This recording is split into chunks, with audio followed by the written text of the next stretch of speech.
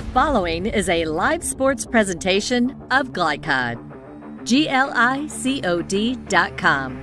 Glycod's coverage of Central Kentucky high school football starts now.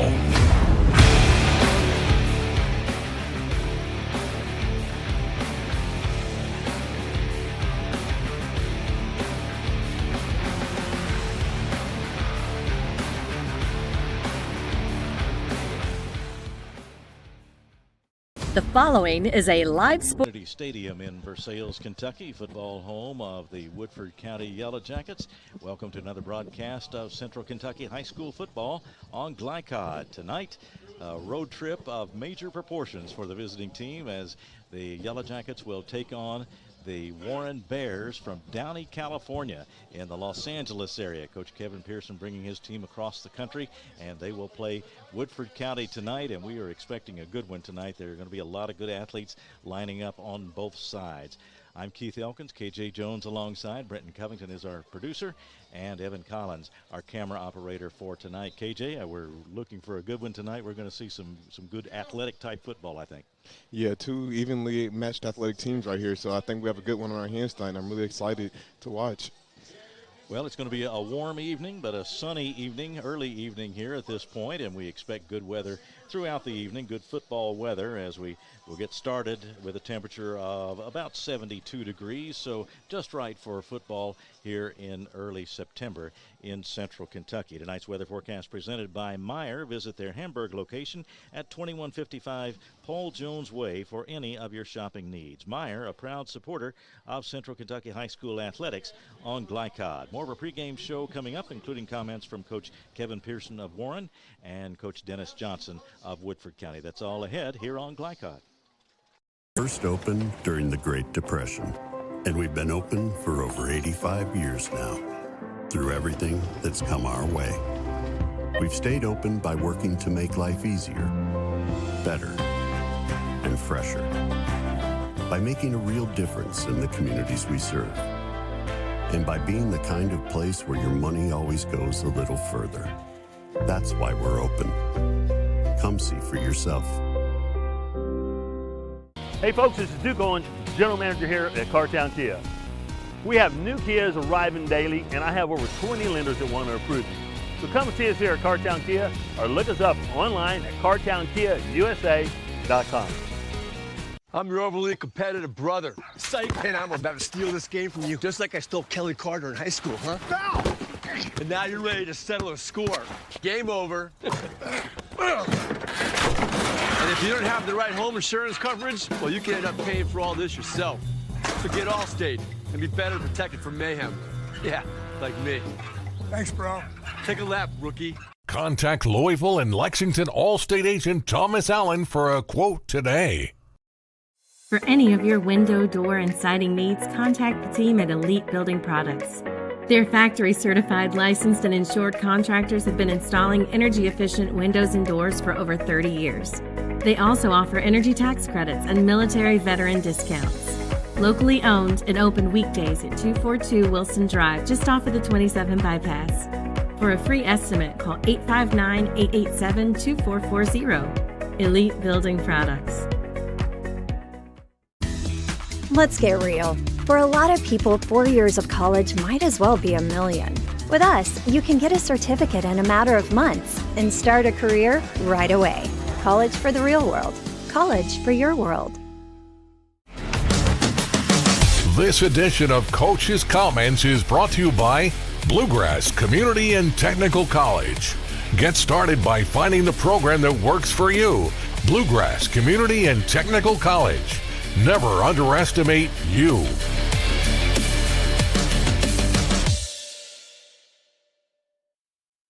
Coach, there are road trips and then there are road trips, and you're coming a good portion of the way across the country to play tonight. First of all, welcome to Kentucky. Thank you. I appreciate it. Great to be able to come here. It's a beautiful state. We've been so impressed with everything we've seen. Coach Johnson is just a wonderful man. I can tell he's a great leader, and really looking forward to playing against his team. Mm-hmm. And tell me about the experience for your kids as far as being able to do this. I guess originally the trip was supposed to be to Knoxville, is that right? Correct. But then things were rearranged, and now you're going to play here in Versailles. But tell me what this might mean to them. No, it's just great because a lot of these kids are from LA area. They've never been out of their state actually, and so just to be able to prepare for a road trip, to prepare for practices and games when you're on the road, prepares them for those who are going to play college, and those who are going to go to college just for school. When you got to do those kind of things on your own anyway. So when I first started at Warren back in 2019, I asked the administration if they would approve us going out of state one game every year, and like St. John Bosco is right around the corner from us, 8 minutes away. So not that we're that type of a program yet, but we're not too far behind, and we're just trying to kind of get these kids prepared for life.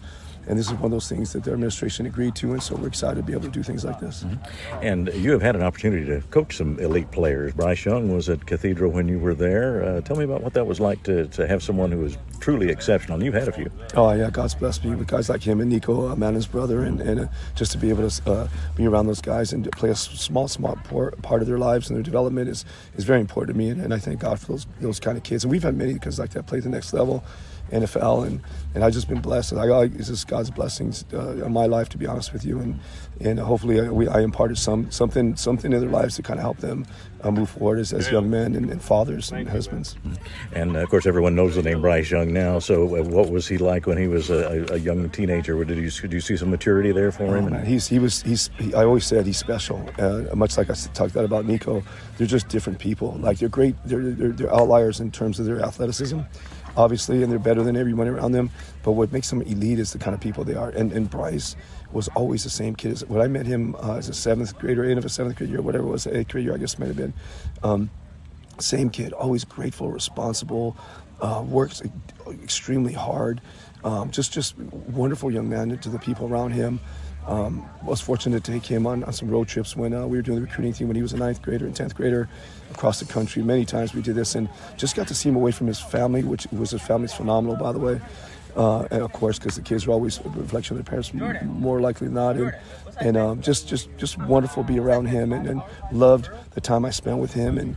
And still, I mean, I'll be in Atlanta, see him play his first game Sunday, be with the family there, and I've just been blessed though. But yeah, he's like, I wish I could say he's matured, but he's the same kid he's been through all this, through the Theismann, through the draft, being with the family at those occasions. He's always the same humble young man.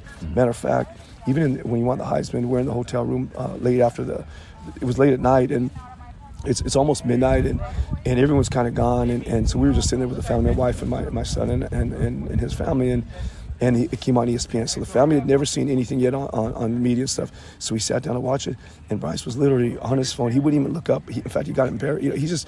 He doesn't like seeing that stuff, and it's not about him. And he actually excused himself because he didn't want to see himself on TV. Like and that's always been. It's not about him. He's always thinking other people. I mean, like I said, I really don't think I did much in his development, but he'll still thank me, like he did this weekend, about the role I played in his life. Got a letter from when he was in Alabama. It's on my wall. It's on my office, thanking me for it. But I'm thinking to myself, man, he's done more for me, I think, than I've done for him. So that's the kind of kid he is. Same young man, and that's why I said he's going to be a superstar in the league. Charlotte is going to love him. I mean, he's going to put time in the community, in any kind of charity. He'll start his own if he hasn't already. But I know they're working on something, and he'll be involved with anything that the community wants, and he'll do it with a smile, and he'll be patient, spend time, and he makes everyone around him feel important. So. Much like Nico. Yeah. So. And, of course, Nico's with Tennessee now and looking forward to a bright future there. But tell me about your current team. What do we look for tonight in terms of players to watch? Yeah, well, let's start with his brother, Madden. So his brother always kind of in the shadow of Big Bro, right? But this year he doesn't have Big Bro to kind of – I always said he had advantage. Like, Madden always had advantage. He had this elite quarterback who was a built-in coach. His father's a coach. I try to spend a lot of time as much as I could with him. So Madden had a lot of support, right? But man, just the relationship he has with his brother, breaking down film. There wasn't a week that went by that he wouldn't call me once or twice past midnight to go over film, the opponent, either practice film, whatever. And then man is right there along asking questions, even when he wasn't the starter, asking questions as he was the starter. And that's kind of like how his, really to be honest with you, the dad has the kids really focused on preparation. And Madden was always preparing as a starter, even when he wasn't a starter last year. And so now's his time. And last week was kind of a breakout game for him. He missed a game due to concussion a couple weeks ago that we lost. And last week he came back through for 410 yards, and he's an awesome leader. He's a phenomenal athlete, tough as can be. I mean, I always said if he was a safety or an outside backer, and 100% mean this, he'd be a 40 offer guy right now. I mean, he's already got 15 or 20 offers, but as a quarterback. But if he was, that's how athletic and tough and good he is. He would just be one of the top recruited kids in the country as a safety. So that speaks to his toughness, his athletic ability, and his leadership. He's just, he's really, we have a really young team in terms of receivers and running backs, and he's been a great leader for us all summer. Won a couple big passing tournaments in the LA area, and he's doing his thing here. So excited about him and his development. He's going to get better and better every week, which is scary for our opponents, I'm sure. Yeah. But then we have offensively, first time in 27 or 8 years as a head coach, I've got all the offensive linemen back from the year before. I've never had that before. So we have a good group of senior leadership with the linemen, but running backs, I'm starting a freshman right now. Receivers, some new guys that we got the Ross brothers back, who were phenomenal athletes, and they were in our system last year. But other than that, everyone else is kind of new guys, and so Madden's had to kind of direct those guys and get those guys focused, and really the focus is in meeting time and game planning time, where where the real important stuff during the week, right? The game's not the important thing, really. It's your prep, right? And so that's where Madden's doing great and really lead our room, and then on defense. I was starting with JT Houston, who's a 4-year starter at the end, really athletic kid. He's committed to Cal Poly San Luis Obispo, which is a high academic school, and they're about academics, so I'm happy for him. JoJo Jones, who's another 4-year starter safety, will not be playing tonight. He's back in the hotel. He's sick, unfortunately, and he's the quarterback. He's a commit, UC Davis commit, so that's going to hurt us because those two guys are our senior leaders that, we have a bunch of, all of the other guys who didn't start next year. So the only other starter we have, was Jordan Barker. He's a D tackle last year. So we got 3 starters back from last year. Julian Bitts, I actually did start linebacker with 4 guys, I'm sorry. Now I think about it, but JoJo was our quarterback in the secondary, and missing him is going to be interesting to see who's going to take control. I'm sure it'll be probably Julian Garcia, who's our linebacker. But we're a young group, of kids, and our goal is everyone else is just get better week by week. And it doesn't matter until the end of the year where you're at, right? So our goal really literally is just get better and better every week. And playing these guys like this, like number 5 is an incredible athlete. Like he's a concern of mine, obviously, and they run the veer, and we haven't seen that. We haven't seen that at all since I've been to Warren for 5 years. We haven't played against a veer team, and kind of a throwback to when I was in high school playing. And that's going to be interesting to see how if we can play assignment football. And I think they have I think their D line is really, really good. I think they're big up front, they're athletic up front, and Coach does a good job of rotating those guys and keeping them, rested. And so we're in for a tough game tonight. All right. Well, thanks very much, and good luck tonight. Thank you so much. Appreciate you. Thank you. We'll be right back on Glycod. Let's get real. You could go to work right after high school, but spend a little time with us, and we'll give you a better chance to do more, be more, and earn more. College for the real world. College for your world. Paramedics do the incredible. They help save lives. And so can you by donating at CSL Plasma. Your plasma donation can help create 24 critical life-saving medicines. And you can be rewarded for your generosity. Every plasma donation can do so much for so many. Do the amazing. Help save lives. Donate plasma today at your local CSL Plasma Center. Hi, I'm Sarah Neely. I'm the financial manager at Mill Ridge Farm. Whenever you transition financial institutions, there's a tremendous amount of paperwork involved. Traditional banks streamlined this paperwork, and they just made it very simple. Traditional Bank is a locally owned bank that allows us to operate on an international platform. They make my life better, they make my job easier, and they make Mill Ridge a better place. New recruit, take advantage of our apprenticeship program. Come out of our 4-year course debt-free. With health insurance, a guaranteed pension, a degree, and an electrical license. 3 words I'd use to describe the apprenticeship are opportunity, skillful, educational, solid career path, rewarding, beneficial, and a brotherhood. A life-changing opportunity. The cost of school is free. All your books are paid for. You go to school once every 2 weeks. All the other stuff is on-the-job training. The teachers here are great. They're all very, very knowledgeable. They're preparing you for what you're already seeing in the field. If you're struggling with something in school, sometimes your fellow students can help you work through that. Everyone's willing to help each other. It's like a big family. I love being a part of a union, something bigger than myself. This field is so vast. You can find something that you really love to do because there is so much you can do. I went from a job to a life-changing career. Power up your potential with the IBEW. The Martin family has been in the trucking industry for over 3 generations. My grandfather started this company selling salvage parts in the 1960s, and we're celebrating over 20 years as a Peterbilt dealer. Although we've grown and changed over the years, our focus has always been on you. We get it. When your truck's down, you're not making money. That's why we keep thousands of quality parts in stock so you can get back on the road as soon as possible. At Martin's Peterbilt, relationships matter, and that's why we've been around for generations. Come see us. You're watching Central Kentucky High School Football on Glycod.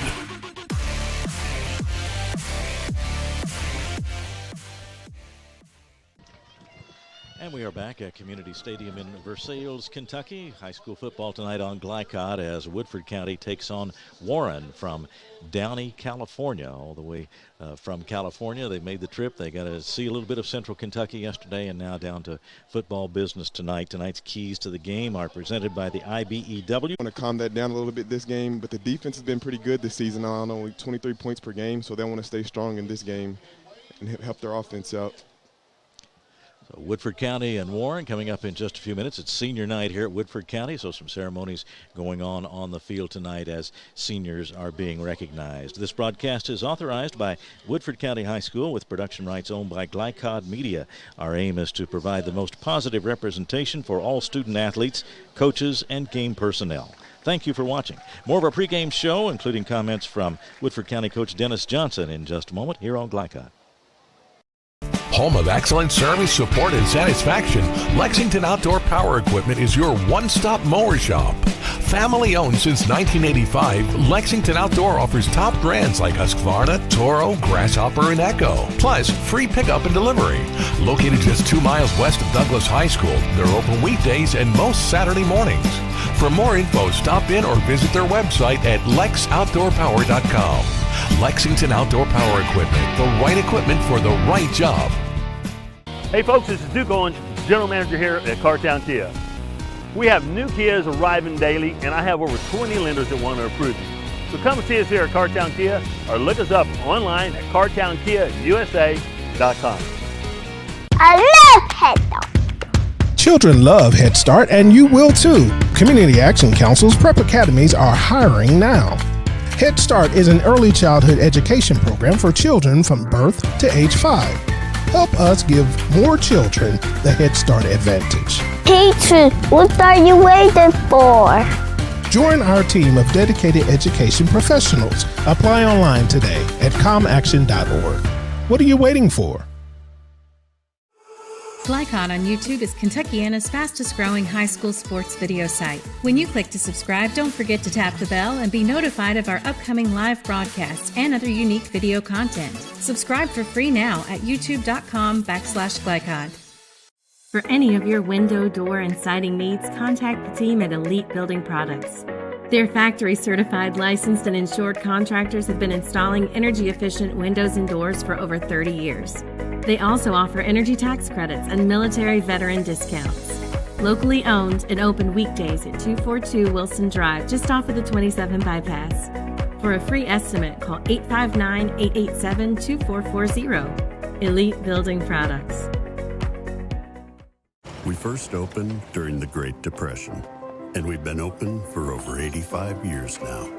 Through everything that's come our way, we've stayed open by working to make life easier, better, and fresher. By making a real difference in the communities we serve. and by being the kind of place where your money always goes a little further. That's why we're open. Come see for yourself. You're watching Central Kentucky High School Football on Glycod.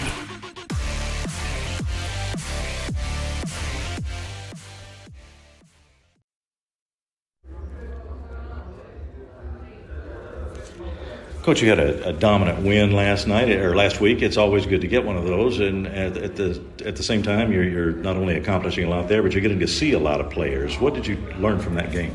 Well, first of all, I think we took care of business. I've been where WB the boys has been, and so our older guys took care of business. Got a chance to see our younger guys, and they played some JV games, but just to get in the varsity game, get some experience, see what I got coming, because I'm trying not to build a program for a year, but build it for longevity. So some of our young guys came in. We got a kid to run a kickback, and we moved the ball. Our young guys, so it's really good to see. Mm-hmm. What about the progress overall to this point? Are you satisfied with how they're progressing? I thought from week one where we got beat by Bullies to now we progressed some. We went back to a lot of fundamentals. We base our program on toughness and mental toughness and fundamentals, and so I'm very excited to see us play tonight against a formidable opponent. Yeah, this is a different experience for everybody. They've come a long way to play, and you're seeing people that obviously you've never seen before, but they've got a pretty good group of athletes over there. Oh, absolutely. No, it's going to be, we have our hands full. And so when I first took over this program, one of my goals I got on my board at home was to maybe play a national team. And so us, year now, being able to do this, I think it's a great experience for both sets of kids. Those kids got to go visit the horse farm yesterday in UK, and so for our kids getting to play a team from California, they'll be able to remember for the rest of their lives. Let's talk about players to watch tonight. I know, especially over the last few years, you've had some outstanding athletes, some guys who are really getting it done. But tell me a couple of people we ought to be looking for tonight. Well, definitely Makai Smith. He sit out the opener, had a knee injury, but he's back full force and ready to go. A UK target and got a lot of offers, so he's really, really good. Layden Starks, a defensive end, 6'4", 250-pound receiver, 4 or 5 sacks last week, getting a lot of interest. Purdue will be here tonight. We've had Cincinnati, we've had Ball State here, and so looking for him to have a dominant performance. Davion Sturgis, a linebacker, I think week one he had 13, 14 tackles. So those are some of the guys we're looking to step up tonight in the big game. Mm-hmm. Tell me about the keys to competing and beating this Warren team. Well, I think we got to get off to a fast start. I think we've started slow recently. We got to get off to a fast start, and then defensively we got to be fundamentally sound. Can't give up the big play. Got to keep everything in front of us and just play sound defense. All right. Thanks very much. Good luck tonight. Appreciate it. We'll be right back on Glycod. Donating plasma is an easy way to earn up to $600 a month as a new donor while saving lives. That's right. Every donation you make helps patients in need survive and thrive.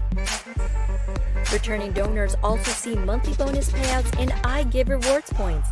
Go to cslplasma.com to learn more about plasma donation. CSL Plasma. Good for you, great for life.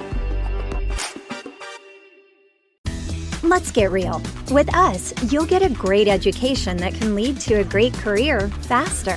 Even better, you won't end up with crippling debt. College for the real world. College for your world. For any of your window, door, and siding needs, contact the team at Elite Building Products. Their factory-certified, licensed, and insured contractors have been installing energy-efficient windows and doors for over 30 years. They also offer energy tax credits and military veteran discounts. Locally owned and open weekdays at 242 Wilson Drive, just off of the 27 bypass. For a free estimate, call 859-887-2440. Elite Building Products. New recruit, take advantage of our apprenticeship program. Come out of our 4-year course debt-free. With health insurance, a guaranteed pension, a degree, and an electrical license. 3 words I'd use to describe the apprenticeship are opportunity, skillful, educational, solid career path, rewarding, beneficial, and a brotherhood. A life-changing opportunity. The cost of school is free. All your books are paid for. You go to school once every 2 weeks. All the other stuff is on-the-job training. The teachers here are great. They're all very, very knowledgeable. They're preparing you for what you're already seeing in the field. If you're struggling with something in school, sometimes your fellow students can help you work through that. Everyone's willing to help each other. It's like a big family. I love being a part of a union, something bigger than myself. This field is so vast. you can find something that you really love to do because there is so much you can do with it. I went from a job to a life-changing career. Power up your potential with the IBEW. I'm your overly competitive brother. Psych, and I'm about to steal this game from you, just like I stole Kelly Carter in high school, huh? Foul! And now you're ready to settle a score. Game over. And if you don't have the right home insurance coverage, well, you can end up paying for all this yourself. So get Allstate and be better protected from mayhem. Yeah, like me. Thanks, bro. Take a lap, rookie. Contact Louisville and Lexington Allstate agent Thomas Allen for a quote today. You're watching Central Kentucky High School Football on Glycod.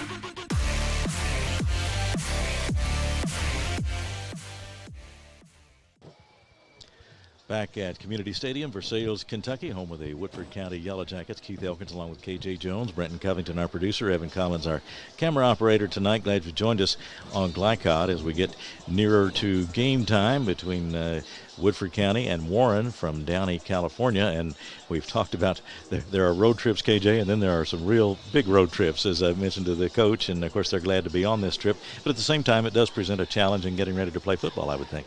It does, especially traveling that far. And they really get an experience to be able to do this in high school, because I know when I played for Mill, we didn't get the experience to do that.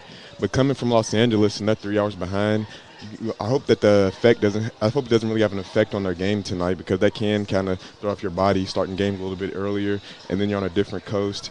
But I feel like they'll be okay. But, yeah, all these guys should really be excited for this experience for Warren coming from L.A. to play here, and for Woodford County getting to play a team from L.A. This is a really good experience right here. Yeah, it's just a really nice event, and we're going to have a great night for it here in Versailles. And so we're just a few minutes away from game time now as Woodford County takes on Warren tonight. And as always, it seems with Woodford County games, there are a number of representatives of colleges here, and we're going to see college-bound players on both sides tonight. Earl Warren quarterback, Madden Maliava, is the younger brother of the Tennessee recruit, Nico, and there's a lot of talent here on both sides. Maybe let's go ahead and take our break now at this point and come back. Can we do that? And we'll do that, and the anthem will be taking place, and we'll come right back, and we'll have start of the ball game in just a moment on Glycod. Children love Head Start, and you will too. Community Action Council's prep academies are hiring now. Head Start is an early childhood education program for children from birth to age 5. Help us give more children the Head Start advantage. Teacher, what are you waiting for? Join our team of dedicated education professionals. Apply online today at comaction.org. What are you waiting for? From Glycod, it's Central Kentucky High School Football. Tonight's game is brought to you by Bluegrass Community and Technical College. Never underestimate you. CSL Plasma. Do the amazing. Help save lives. IBEW Local 369. Power up your potential. Meyer. Higher standards, lower prices. Traditional Bank. Because who you bank with matters. And by Community Action of Lexington, Martin's Peterbilt, Lexington Outdoor Power Equipment, and Allstate Insurance Agent Thomas Allen. Now to the field for all the action of Central Kentucky High School Football on Glycod.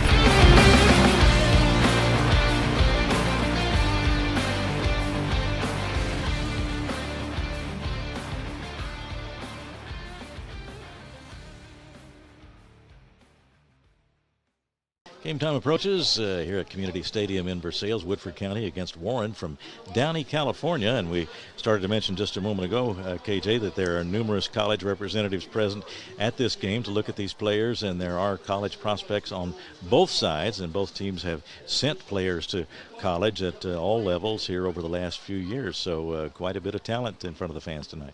It is, and that'll make for a really good game, some high-level competition out there, and I'm really excited to get to see it.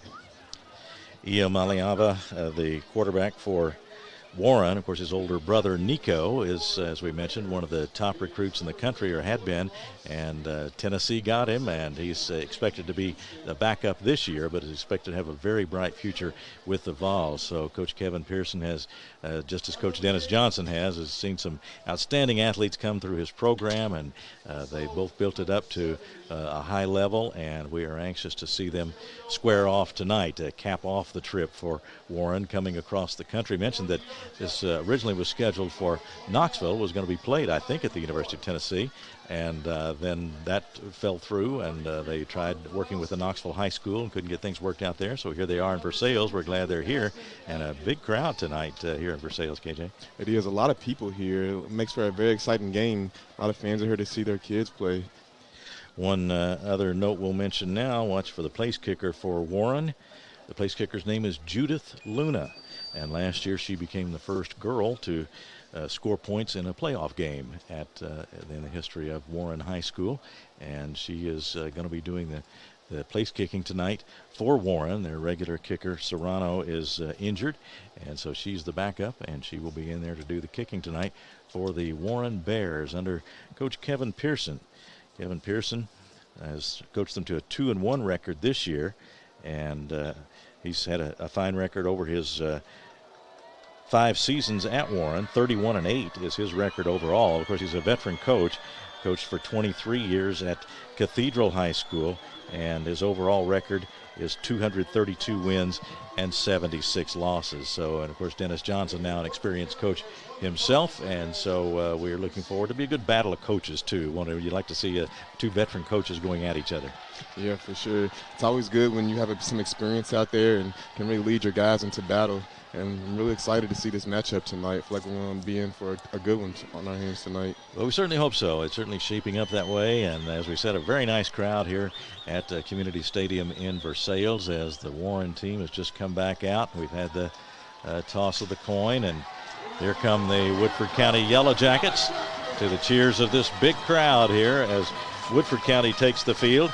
They are now 1-1 on the season. They got a big win over W.E.B. Du Bois last week, 42-6. They lost their opener to Bullitt East, 41-28. Coach Dennis Johnson in his 9th season now, 43-48. So he has had to build this program up, and he has done just that. And now they have some high-quality athletes, some elite athletes, and some good depth, and people turning out for the program. And it's always a step-by-step process, KJ, when these coaches come in and have to do a little building, but you got to get the younger players interested and keep it going.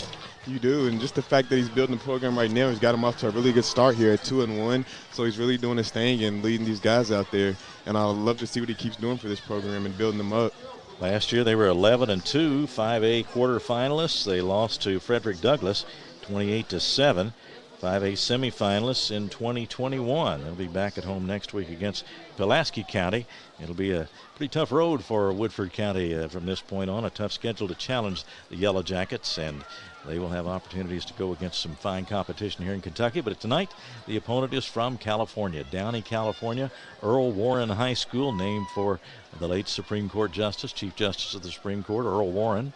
And the Warren Bears are getting set to do battle with the Yellow Jackets tonight, and we look forward to that and glad you've joined us here on Glycod. We mentioned the weather. It's still sunny here in the early evening as we're facing west here from our location, and got the sun coming toward us, but it's a very pleasant evening here in Versailles, and we look for that to continue through the night. Any particular matchups or individuals, KJ, that you're looking forward to tonight to see perform as we get ready to see these two teams match it up? I really would like to see Jordan Ross and Kelton Strickland. Those guys have some big numbers on the season already, and I'm really excited to see what those guys come out here and do. Coming all the way from L.A. to Kentucky, I expect them to have a big game tonight. Yeah, it sounds like one of those games you can't give away any points tonight because these two teams are capable of scoring points on their own. You can't hand over any to them. Yeah, when it's evenly matched, mistakes have to be minimal because any small mistake can change the whole complex of the game. Football's a game of inches, and you don't want to give your opponent any inches in this game right here. And we are getting ready for the kickoff, which will come from Judith Luna. She's 5 feet tall, listed at 130 pounds. And She is a junior. She'll be doing the place kicking tonight as well, and she's getting ready to tee it up there at the 40-yard line.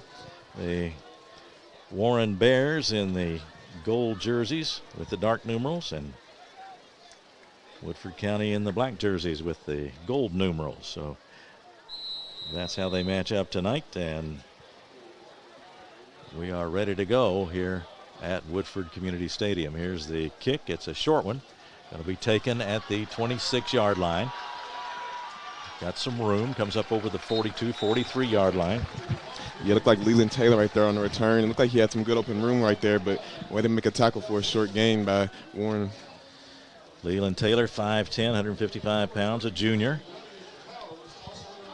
They like to see the football in his hands. At the 42, 1st and 10.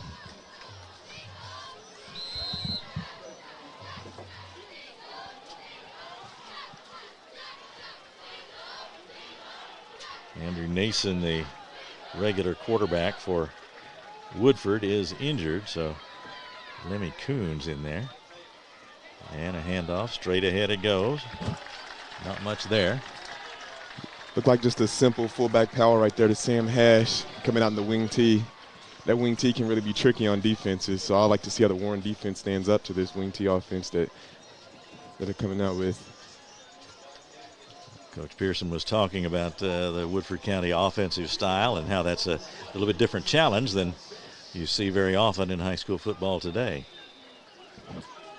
And the wing tee's more of a slow grounded offense. Pickup of 4. And they're at the 46 now. Woodford County with the ball. And again, straight ahead, short gain up to near midfield. It looked like a simple fullback power right there again to Sam Hash. Right, Sam Hash. Looked like maybe have a unsportsmanlike conduct penalty after the play, though.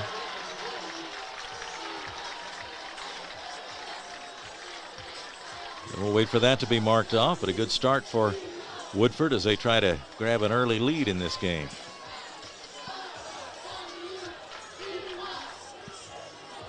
It looked like an unsportsmanlike right there on Warren, and if you're Warren, you can't have those kind of penalties, especially coming on the road that far. Yeah, they're telling them to back up, and the penalty would be marked off, and the official's going to take that down inside the 40 to the 38-yard line. And it'll be a first down, of course, for Woodford County from that point.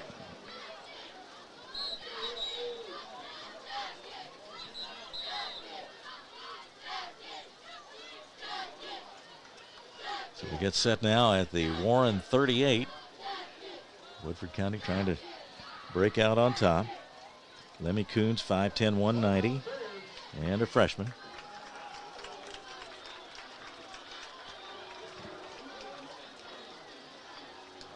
Did we get a timeout?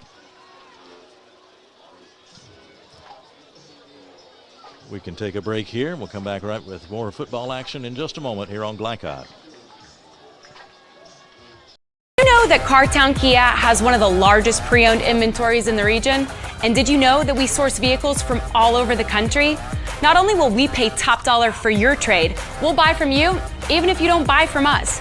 So stop in today for a quick and easy appraisal, and while you're here, check out the new Kias arriving daily. There's never been a better time to upgrade your ride. Visit Cartown Kia or shop anytime at cartownkiausa.com. This segment of tonight's game is brought to you by Cartown Kia. Visit their showroom at 3120 Lexington Road in Nicholasville, or browse their inventory at cartownkiausa.com. Cartown Kia, movement that inspires. Warren called the timeout. They've got 2 now left in the first half. 11:06 to go. 1st and 10 Woodford from the 38-yard line as we get set to resume action. The Yellow Jackets on the move.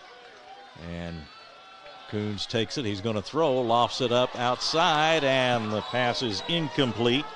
Intended for Makai Smith, their prize receiver, and just a little bit too long for him, but a pretty nice touch on the ball. Yeah, they switched up a little bit right there and came out in the pistol set and tried to take a deep shot right there, going to Mikey Smith. Just a little bit off target, but good play call right there. And Smith, 6'3" and 180, and being heavily recruited, and Dennis Johnson mentioned that in the pregame interview, a Kentucky target, which means he's also getting some other attention from college football. Several players in this game tonight are college prospects. Here's the snap to Coons. He turns, pitches it back. Here is Taylor around the left side. Got the speed. He's at the 30 to 25 and out of bounds down there. Got a first down.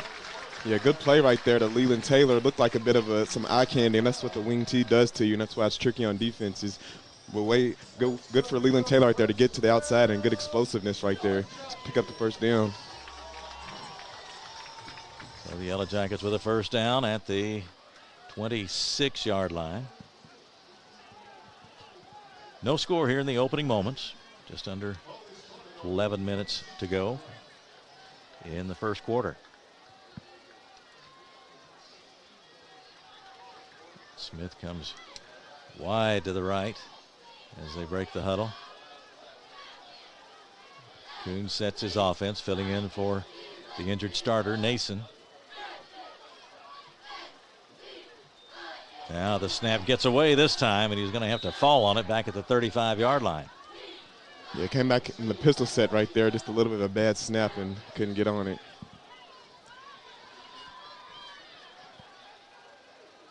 So now that forces him back, and it'll be a second and long for Woodford as they try to keep this drive going. They have to get to about the 16-yard line. It's going to be right now at the 34. So second and 18 for the Yellow Jackets.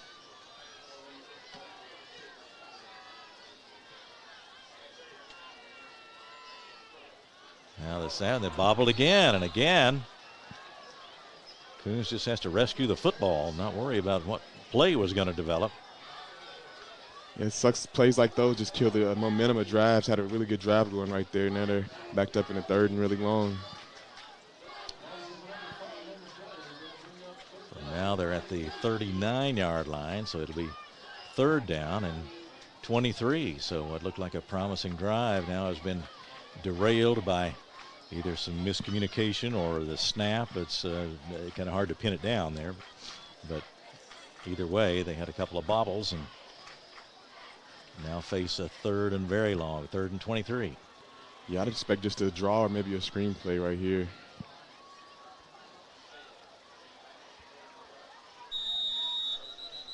Now whistles blow.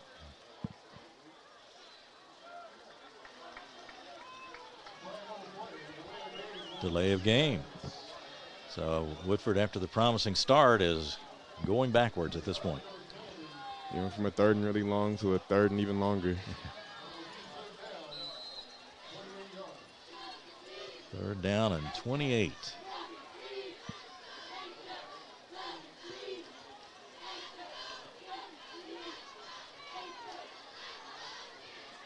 Yellow Jackets break the huddle with Smith out wide right.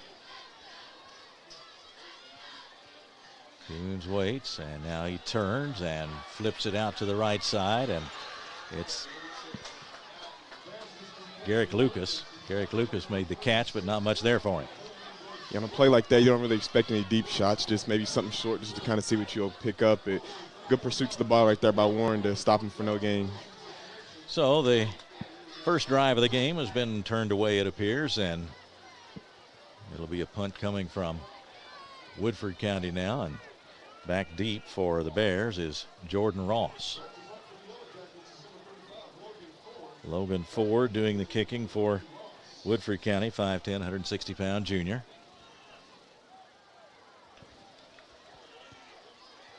Ball will be snapped from the 47. He takes it, kicks it away.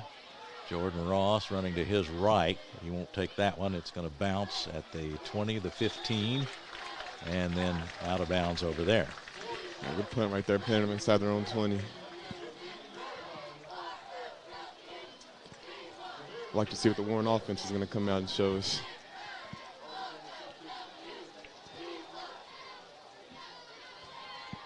Well, the line of scrimmage, the 47 originally, and now on the 15. as the offense comes onto the field for Warren. Warren 2-1 on the year against California opposition from Downey, California in the Los Angeles area.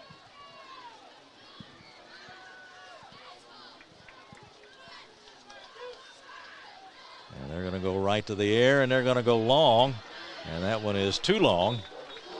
Incomplete up near midfield. They wasted no time in pulling that play out of the hat, and that was Madden Maliava, the quarterback, and quite a prospect he is. He's only a junior, but he really showed us the arm on that one. Yeah, in a play like that, you see the mindset of Warren coming out. First play of the game, a simple deep bomb out there to their top receiver, Jace Brown. Just a little bit overthrown, but it looked like he had the corner beat on that play. Jace Brown out there, 6'4", 190, so he makes quite a target. 2nd and 10 now from the 15. Maliava straightens up and throws and got his man out to the right side, and out of bounds is Jalen Ross.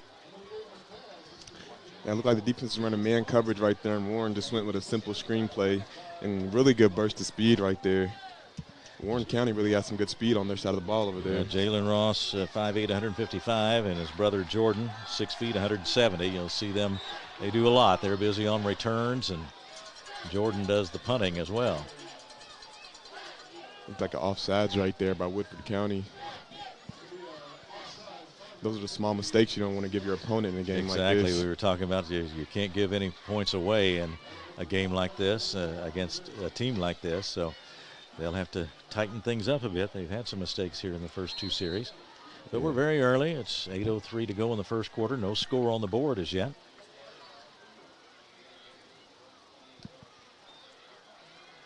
Madden back to throw, and through the receiver's hands this time. He was going for Nico Brown.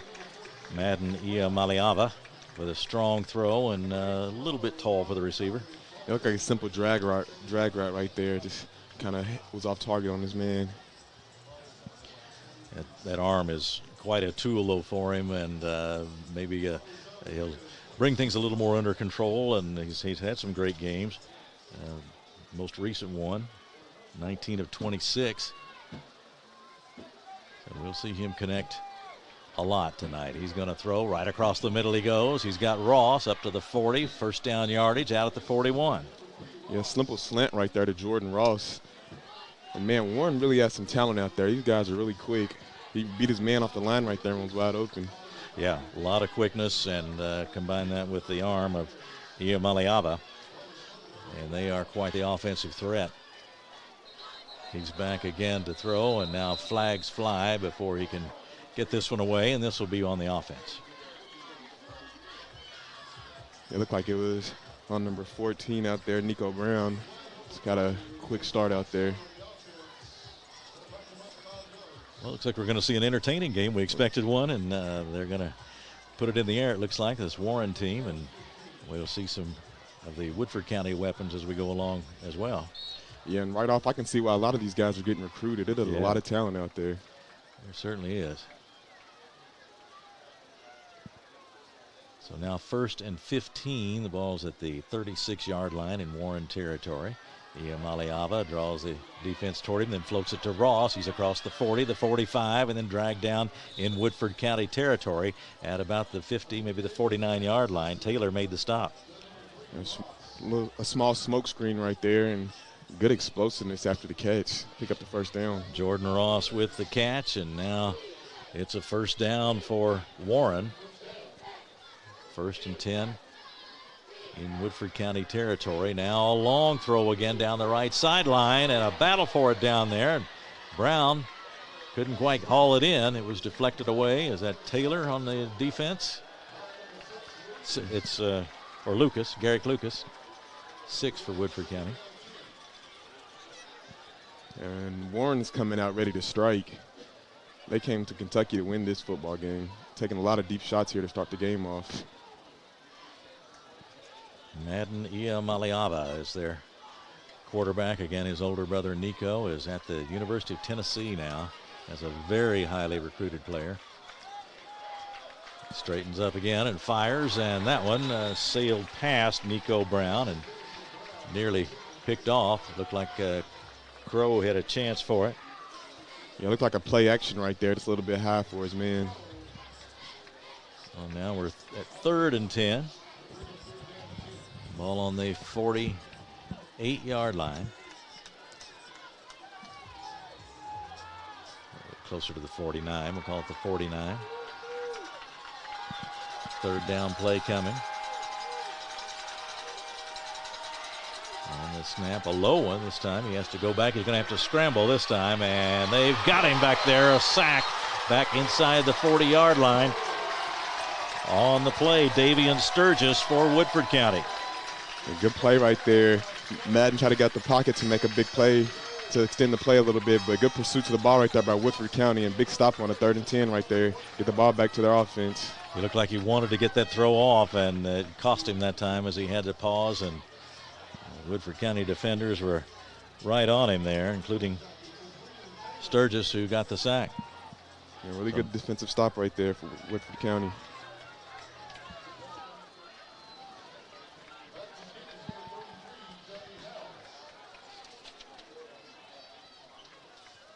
Housey is the kicker, the punter, and the left footer delivers a nice high kick, and Taylor will have to take it on a fair catch inside the 25-yard line. So a threat by both teams, but each of them came up short, and now we'll exchange possession again, and that comes with 6:13 to go in the first quarter. No score in the ball game, and Woodford County and Warren from Downey, California here at Woodford County tonight, and we have got a really, really good crowd here at Woodford County tonight.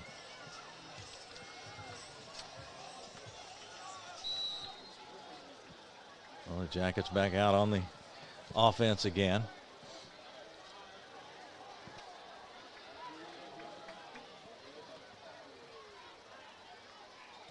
There's the snap and the handoff.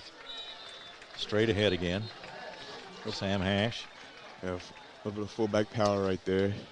Looks like one of Woodford County's go-to plays. They start the drive with that. That picks up 3. So it'll be 2nd down and 7. Ball now on the 27-yard line. Or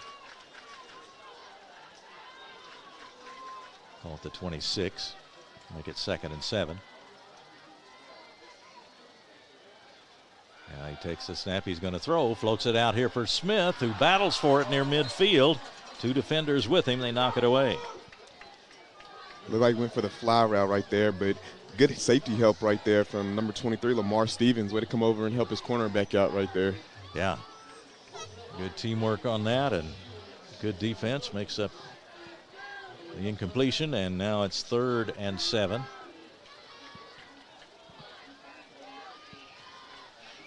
No scoring as yet, but plenty of action so far. Really, a lot of good action out here.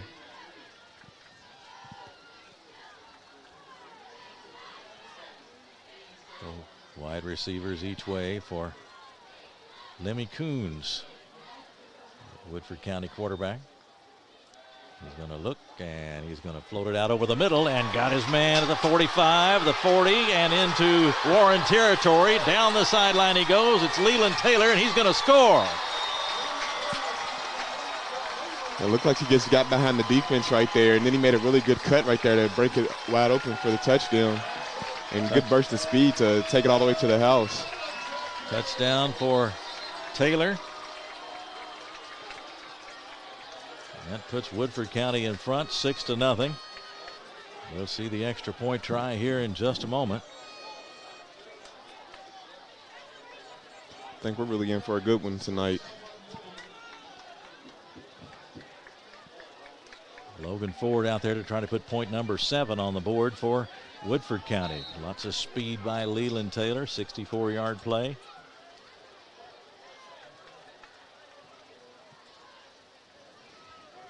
And the ball is down. The kick is blocked.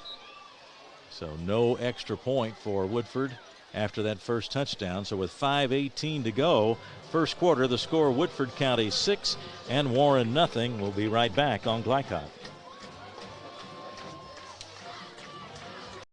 know that Cartown Kia has one of the largest pre-owned inventories in the region?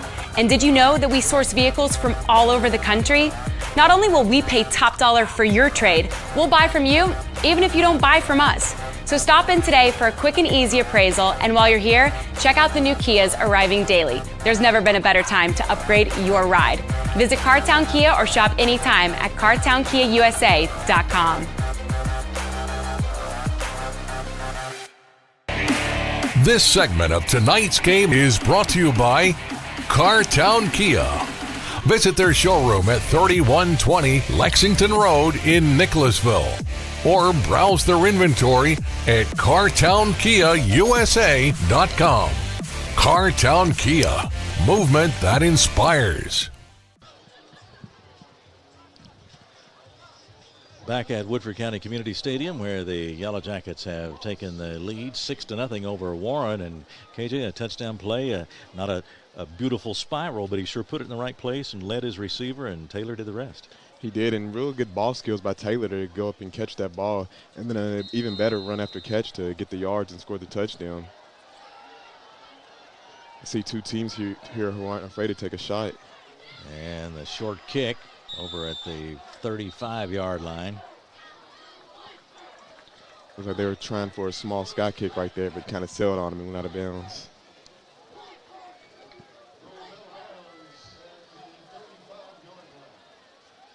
And 35 is where it went out, and now we'll see more of that Warren offensive unit.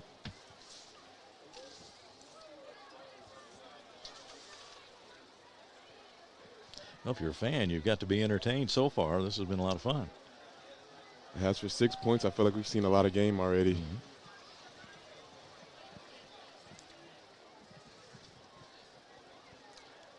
So here come the Bears from Earl Warren High School in California.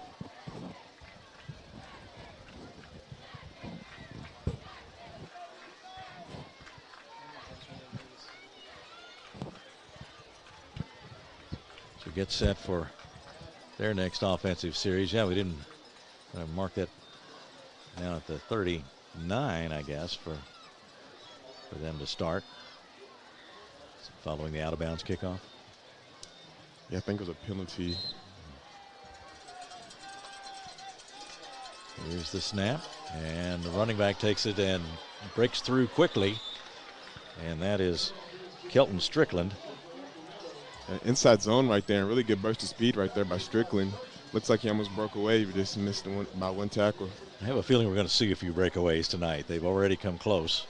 I'm thinking the same thing, especially with the speed and talent of the guys out there on the field right now. First down in Woodford County territory. Here goes Strickland. He's at the 30, makes a move, and then tackled in the open field at the 25-yard line. Yeah, just about broke that one. Yeah, another halfback inside zone right there, and his speed really gets him down the field quick. Now he does limp off the field, hopping off the field, number 20, Kelton Strickland. He just made two really nice runs, so they'll hope that he can make a quick recovery and get back in the ball game. And Woodford County is going to take a timeout at this point with 4:52 to go, first quarter. Woodford County on top, 6-0. We'll take a break too and come right back on Glycon. I'm Dr. Jenny Millen. I'm owner and chiropractor at Triple Crown Chiropractic and Wellness.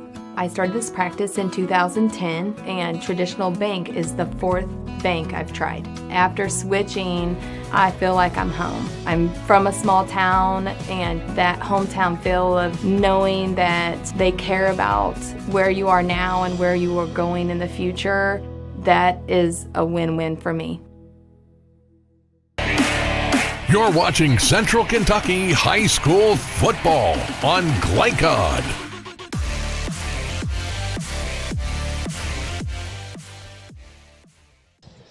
First quarter action at Woodford Community Stadium. 4:52 to go in the first quarter. The hometown Yellow Jackets have a 6-0 lead over Warren, but a big threat here by the Bears. We've seen their speed, especially in the person of Kelton Strickland, but he's not in the game right now, hobbled off after that last play. Really hoping that he's going to be okay.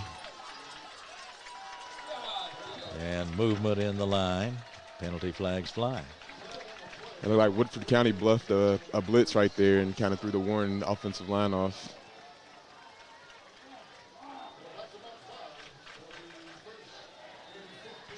So 1st and 15 now for the Bears. They're back at the 29-yard line in Woodford County territory.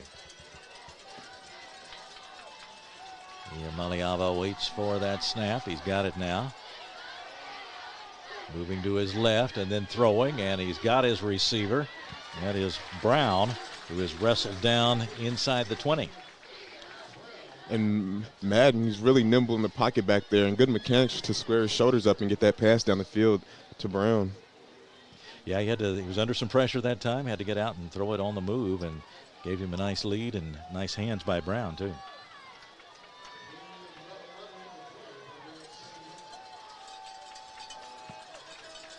Here's the snap, and it's Strickland who's back in there, and he gets down to the 25.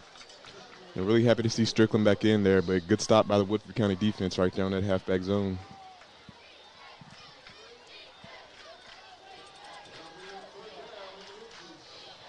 Third down, less than a yard looks like. Looks like this could be 4-down territory if they don't get it right here.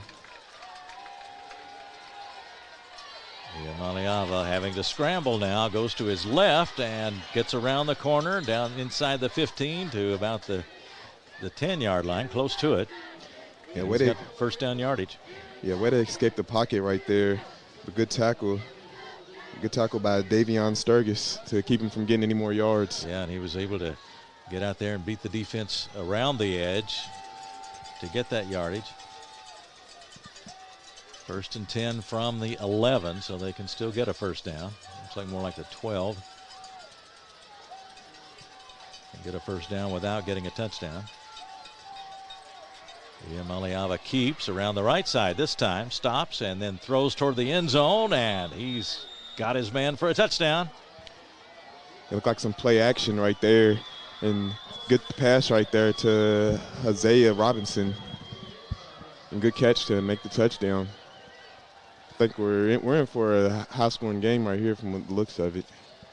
So the 12-yard touchdown toss makes it 6-all with 3:13 to go in the first quarter. We'll now see the try for the extra point. We see the place kicker Luna out there.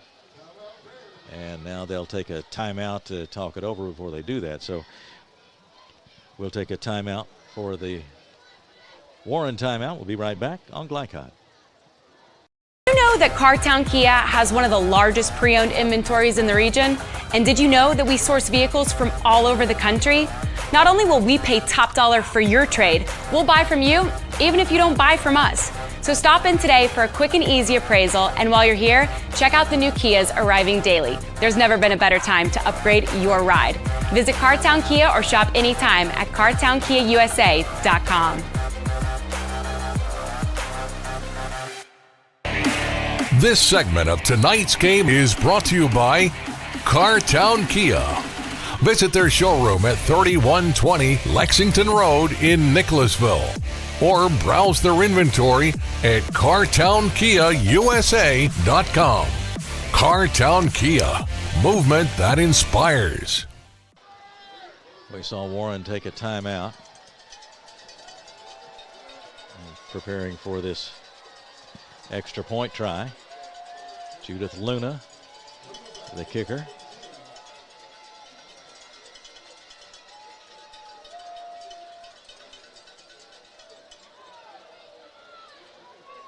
I had a word on the sideline. One of the officials just now getting back out to the field. Now I think we're set. And Luna will try to boot it through and put her team in front. The snap and the kick. And it is good. So Judith Luna, the female kicker for the Bears, puts that one through. And she has put her team in front 7-6. 3:13 to go in the first quarter. And we will be back with the kickoff in just a moment here on Glycod. I'm Dr. Jenny Millen. I'm owner and chiropractor at Triple Crown Chiropractic and Wellness. I started this practice in 2010, and traditional bank is the 4th bank I've tried. After switching, I feel like I'm home. I'm from a small town, and that hometown feel of knowing that they care about where you are now and where you are going in the future, that is a win-win for me. You're watching Central Kentucky High School football on Glycod. 7-6 the score. Warren has taken the lead over Woodford County. 3:13 to go here in the first quarter of play here in Versailles.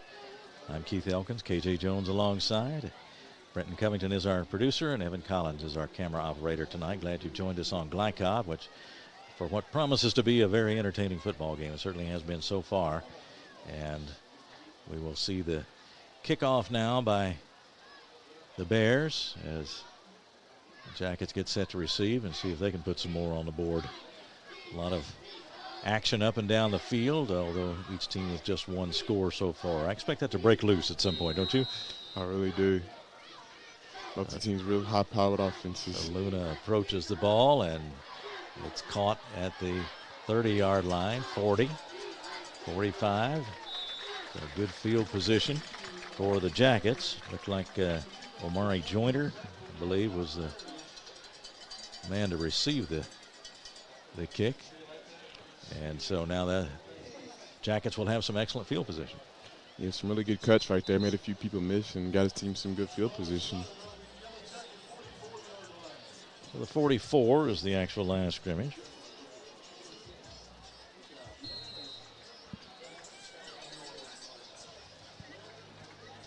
Coons, the quarterback.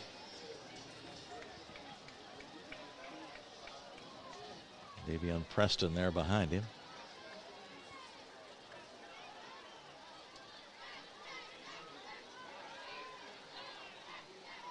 And there's the snap and the pitch. Not much there around the left side for Darian Tomlin. Man, looked like a fake fullback dive and then a pitch out to Darian Tomlin right there. Good pursuit to the ball right there, though, by Warren. Seeing some of that quickness on the defensive side for the Bears. The Woodford County extra point try was blocked a little while ago, so that's why we have the 7-6 score with Warren on top of Woodford County at this point. Clock running, approaching the 2.5-minute mark of the first quarter.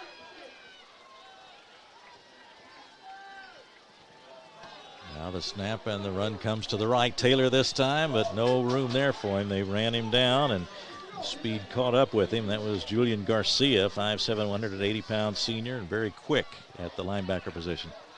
Yeah, it looked like a jet sweep right there, but Warren knew what was coming for it and got right back there and got in the backfield for a loss. Taylor's not an easy man to catch.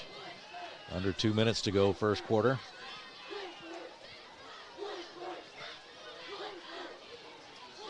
Yellow Jackets break the huddle.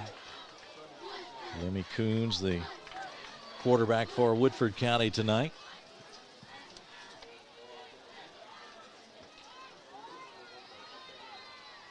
He waits for that snap.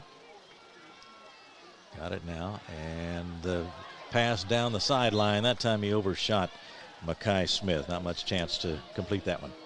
Looked like he was trying to hit him on the fly route right there, but I don't think Makai thought the ball was coming to him. Looked like he kind of slowed down on the route. So that will result in the punting unit taking the field. It is Jordan Ross back deep for Warren. And Ford to do the kicking for Woodford County. Wyatt Crow joining them on the field now. And we are ready. He's standing on about the 30-yard line as he gets that one away.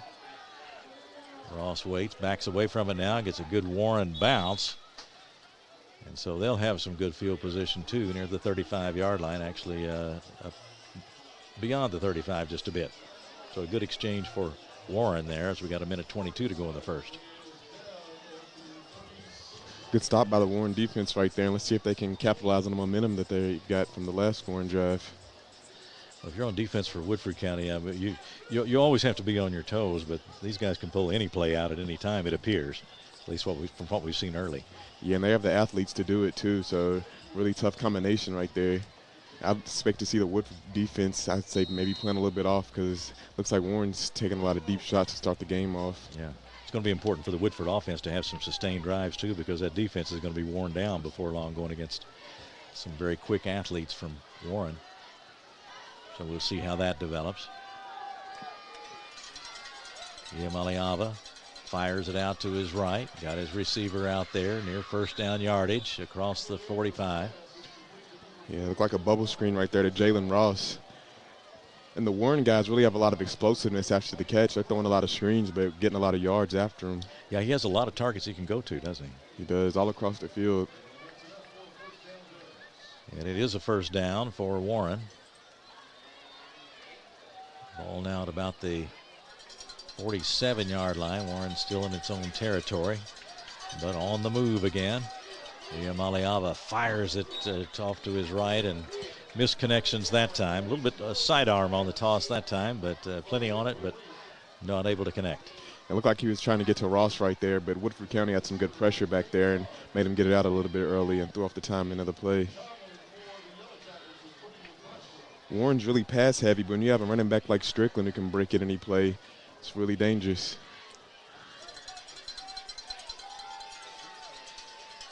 This time he hands off to Strickland, and he's got him after a short gain up near midfield. Yeah, looked like a simple halfback dive right there. Good pursuit right there by Woodford County, though. Big third down coming up right here. 3rd and 8 from the 48-yard line. Maliava with Strickland there beside him in the backfield.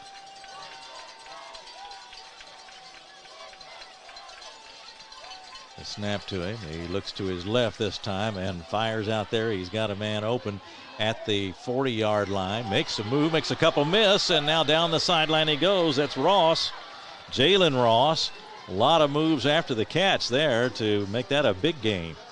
Looked like an out route right there, and he had the safety plan kind of far off of him, and good read right there by Madden to hit his guy, and even better run after the catch to get some yards and break some tackles right there. Some really good athletes out there for Warren. So they're at the 20-yard line now. Pickup of 30-plus on that one, and now Warren in business. Here's the throw down to the corner of the end zone, a dive down there, but incomplete. Got a fly route right there, and he had his man beat just a little bit too far out for his guy. So 2nd down and 10. Final seconds of the first quarter here at Woodford County tonight. Glad you joined us on Glycod. Madden Maliava is the quarterback for the Warren Bears. Getting a lot of attention from colleges. Here's the snap to him, and now he's trying to get away. He does escape and makes a move at the 20, the 15, the 10, at the 5, another cut and a touchdown. A good run right there. Looks like they almost had him for the sack, but he was able to get away from it and score a touchdown right there. 20-yard touchdown run comes with just 6 seconds left in the first quarter, but that's going to give Warren now a 13-6 lead. Looks like this Woodford County defense just doesn't have any answers to stop this Warren offense right now. There's an awful lot of quickness on that Warren team, and it seems to be a good number of players who can catch the ball and make those moves, and this time it was the quarterback doing the running. They're just loaded with athletes all across the field. Luna is on for the try. Not this time. Yeah, good block right there. Looks like number 11, Justice Wechsler. Seen 2 block kicks so far in the game. It was, in fact, the 6'2 junior, Justice Wechsler.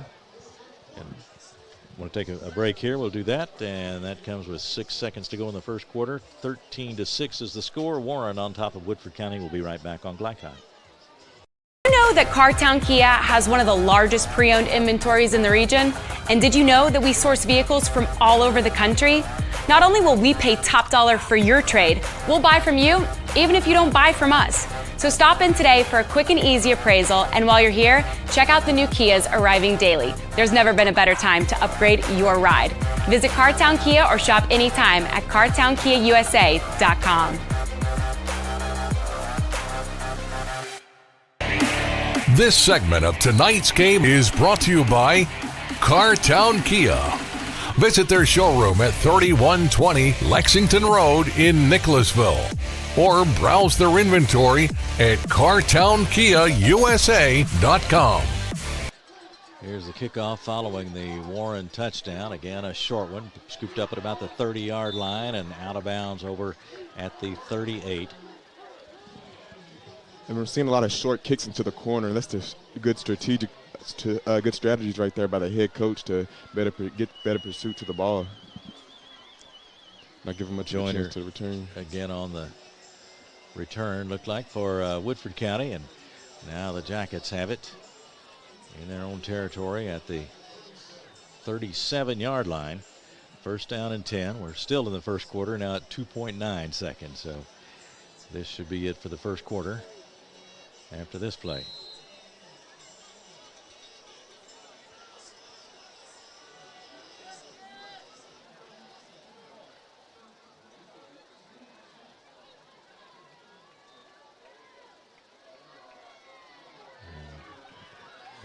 They stopped that one in the middle. Gain of a couple of yards, maybe. Like the fullback power right there, but that's a stout defensive line right there for Warren. Not letting him get any yards on the play. Yeah. Actually got a couple. We have reached the end of the first quarter with the score. Warren 13, Woodford County 6. Back with the start of the second quarter in just a moment on Glycod. Paramedics do the incredible. They help save lives. And so can you by donating at CSL Plasma. Your plasma donation can help create 24 critical life-saving medicines. And you can be rewarded for your generosity. Every plasma donation can do so much for so many. Do the amazing. Help save lives. Donate plasma today at your local CSL Plasma Center. Home of excellent service, support, and satisfaction, Lexington Outdoor Power Equipment is your one-stop mower shop. Family owned since 1985, Lexington Outdoor offers top brands like Husqvarna, Toro, Grasshopper, and Echo. Plus, free pickup and delivery. Located just 2 miles west of Douglas High School, they're open weekdays and most Saturday mornings. For more info, stop in or visit their website at lexoutdoorpower.com. Lexington Outdoor Power Equipment, the right equipment for the right job. You're watching Central Kentucky High School Football on Glycod.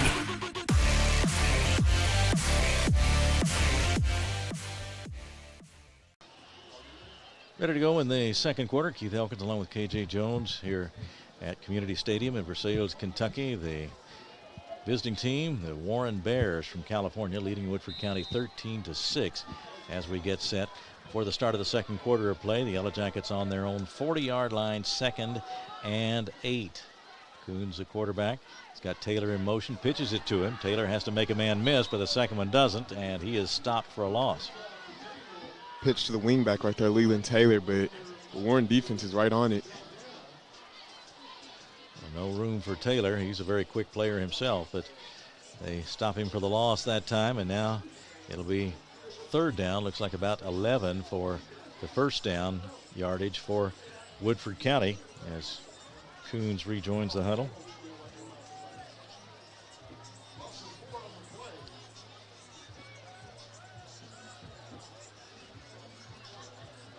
Out of the huddle they come. Wertzler wide left for them.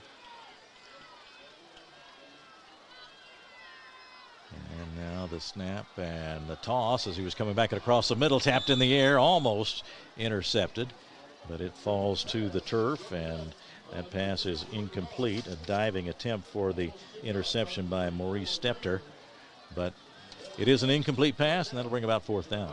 Looks like he was trying to hit his man Justice Wessler on the slant right there, but good defense right there.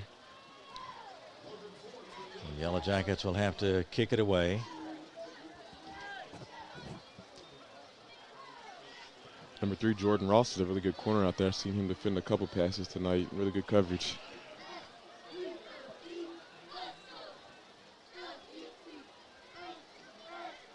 Getting set for the punt. Ford on the 23-yard line in his own territory.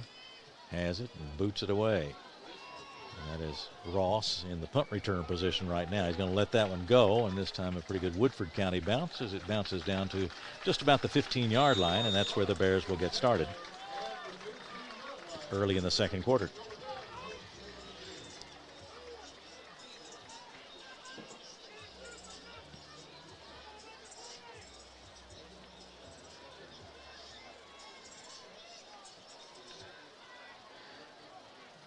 KJ, I don't know if there's a way to counter all that quickness, but what do you try to do? What can be done? They're pass heavy, so I'd say maybe go to a dime package. But then when you have a good running back like Strickland, that opens up the run game. So it's kind of tough position right there. Yeah, it's a dilemma for any coaching staff trying to figure out what to do long term against these guys because they do have such a variety of threats working for them. Yeah, it's a really loaded offense on their side of the ball. Maliava has it and rolls to his left. Now he's going to throw downfield, and that one's incomplete. It looked like a flood action right there to the wide side of the field, but pass just a little bit inaccurate right there. He does seem to be fairly comfortable rolling either way and throwing in either direction as he rolls to his left or his right. And when you have a really good quarterback like that, it really opens up the playbook and really makes it really tough on the Woodford defense, or on any defense. Second down and 10 from the 15. Maliava has it. Hands off to his running back this time. Lots of room as Strickland makes a move and gets up to the 41-yard line. The quickness of Strickland is really something amazing. Looks like every time he touches the ball, he's breaking for about 20 yards. He's very tough to corral. Gets out of that open field. Very quick, good moves. And you're having a running back like that and then a strong passing game, it's really tough. They give it to him again. This time they've got him stopped in the middle of the line in there for Woodford County to bring him down. It was Hodge in there. Share on that tackle. You know, he tried to get some hurry-up action, but kind of backfired on him, and the Woodford defense was able to get back there and get a stop. Strickland listed at 5'11" and 170. He looks very powerful out there. 5'7", 170 in pure speed.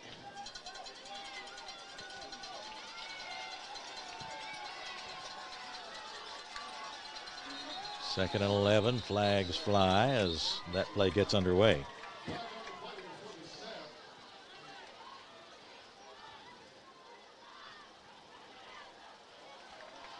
That'll go against Warren.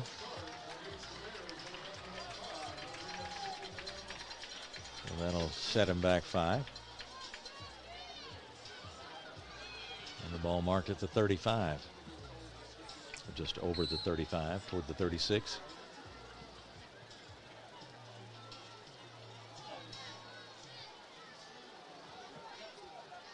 Clock running at 9:45 to go, second quarter. Warren out to the 13-6 lead right now. They come in at 2-1. Woodford County 1-1 on the season. Madden fires, and he's got his receiver. Down the sideline he goes, makes a move, and is out of bounds down the sideline at about the 33-yard line. I didn't really see what the route was right there. Maybe an out route, but a way to get some good separation and help out his quarterback. And then the burst after this catch with these guys is incredible. Looks like they're getting about 5 to 10 yards after every catch. That was Jalen Ross on the catch. Now first down at the 36-yard line in Woodford County territory. The toss and the catch, and then an immediate hit. He's dropped, but that is good for a first down. Hezekiah Robinson near the first down yardage. And the 5'8", 156-pound receiver held on to that one and took a big hit. Big hit, but even better catch right there. Way to hold on to the ball and have some strong hands. First and 10 now. Back to throw and fires it across the middle. Hits his receiver in stride for the touchdown. That's another touchdown for Warren. As Maliava connected on that play to Ross. And we got a penalty, though, looks like.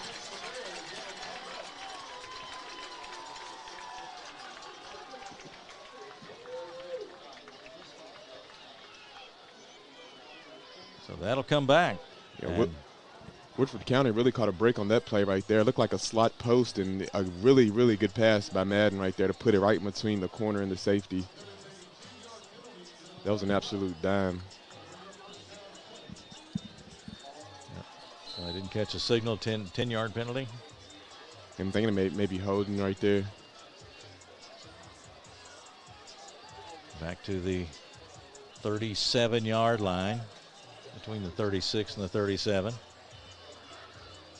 The first down play, 20 yards to go now for Warren as they try to push it down into Woodford County territory. Strickland back in there, lines up right beside Iamaleava. And the snap low, he bobbled it, picks it back up, now looking and firing out to the left, and got his man Ross as he went out of bounds down near the 28-yard line. Looks like maybe a flag on the play. I'm not really sure what it is, though. Looks like the Warren guys are pointing toward Woodford County. So we'll see. They'll step it off here in a second.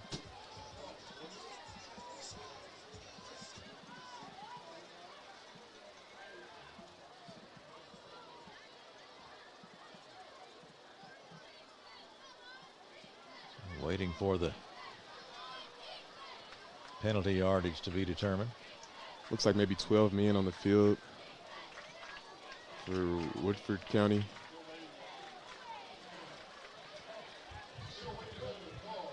Actually a holding call on Warren, but looks like maybe a client. Well, they're going to put it at the 32-yard line.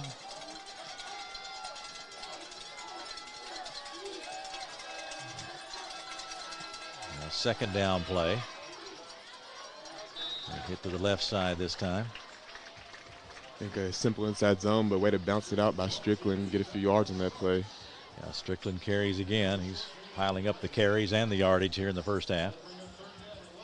So third down, and it'll be about 11 for Warren, the Warren Bears, as they try to extend the lead that right now stands at 13-6 over Woodford County. Iamaleava looks, he's in some trouble now, scrambling around, and they've got him again. Sacked him again back near the 38-yard line. Looks like Woodford's running a quarterback contain for Madden back there, and way to collapse that pocket and not let him escape and make a big play. Good stop right there. Davion Sturgis back there again. Joshawn Howard in on the play. So fourth down and 11 from to make it fourth down and 20 from the 38-yard line. And we're going to get a timeout called by Woodford County. 7:28 to go before halftime. 13-6 the score. Warren on top. We'll take a break and come right back on Glycod. The Martin family has been in the trucking industry for over 3 generations. My grandfather started this company selling salvage parts in the 1960s, and we're celebrating over 20 years as a Peterbilt dealer. Although we've grown and changed over the years, our focus has always been on you. We get it. When your truck's down, you're not making money. That's why we keep thousands of quality parts in stock so you can get back on the road as soon as possible. At Martin's Peterbilt, relationships matter, and that's why we've been around for generations. Come see us. You're watching Central Kentucky High School Football on Glycod.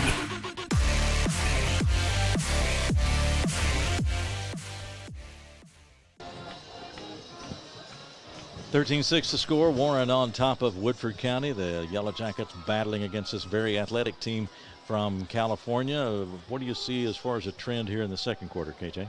What I'm seeing is Warren they're really coming out strong and really putting the ball out there. They're really pass heavy, and they really have the guys to be able to do it. And they came to Kentucky to win. They look really hungry out there. I like to see this Woodford County defense better get some good stops, and they did it on that drive right there. I like to see them build off that. Fourth down and 20, so now they're in position to kick it, and the left-footed kicker gets it away, and that's going to go on into the end zone for the touchback, and that comes with 7:23 to go. The Punter there, Housey.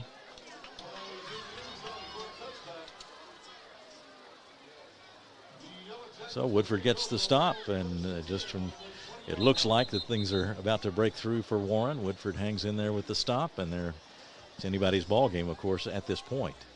It is, and that stop right there is really big for the Woodford County defense, because if they would allow a score on that play, might have opened up something big. A good stop right there. Let's see if they can build and get a score on this drive. 7:23 in the second is the Woodford offense. Comes back out.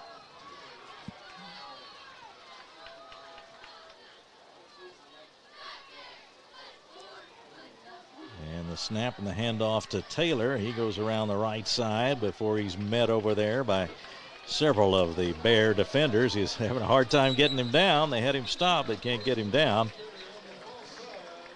Looked like a wildcat formation right there, or maybe just a change of quarterbacks.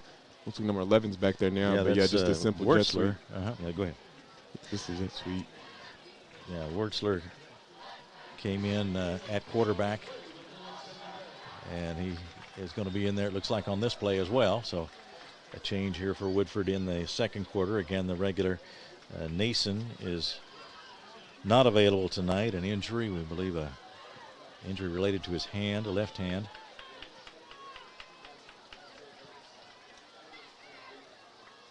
Wertzler is going to throw it. Puts it up. Got a man out there, and a leaping grab inside the 50-yard line in Warren territory. Yeah, really good catch right there, but I think they're going to get Woodford County for a false start right there. That was Mackay Smith with the outstanding catch, but back it comes. And those are just penalties right there that you can't have in a game like this, especially playing a good team like Warren. And a pretty good throw by Wertzler, who just came in at quarterback. Was an even better catch right there also. Let it go up and high point the ball and bring it down. Well, Mackay Smith, one of these highly regarded Woodford County players. 6'3", 180, a junior. Getting a lot of attention from college football. A lot of schools are represented here tonight to take a look at both of these teams.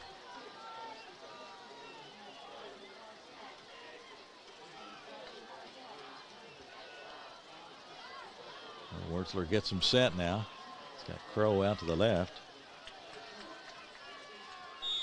And now the whistle blows. Did they run out of time, or did they take a timeout? Looks like maybe a timeout by Woodford County. Yes, it is. Let's keep it right here for a second. Yeah, they're just going to step off a delay of game. Thought they called the timeout, but it is a delay of game. So that costs the Yellow Jackets 5. Second down now on 12 yards. Woodford County operating in its own territory.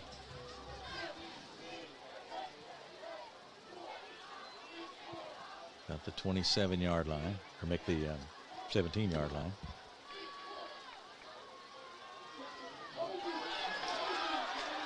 That time some good room up the middle and up across the 30 to the 34-yard line. Wertzler kept it that time and made some good yardage for a first down for Woodford County. Looked like a fake jet sweep and quarterback power at the middle, and way to get some good yardage on the play right there. Justice Wertzler back out there in the huddle now. We saw Coons in the first quarter.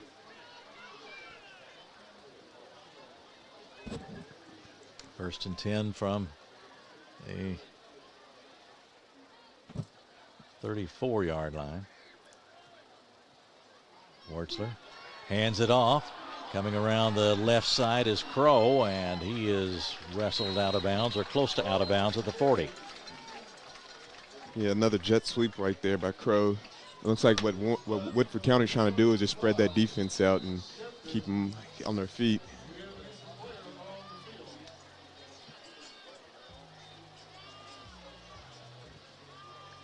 Looks like Crow got shaken up a little bit right there.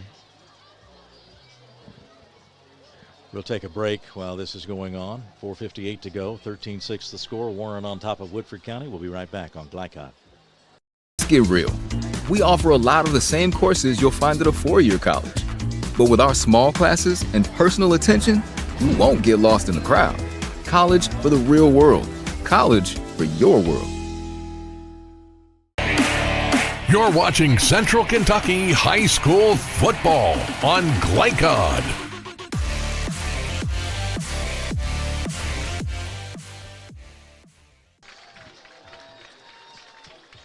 We are back, and applause for the players shaking up on the play. It was Crow. Yeah.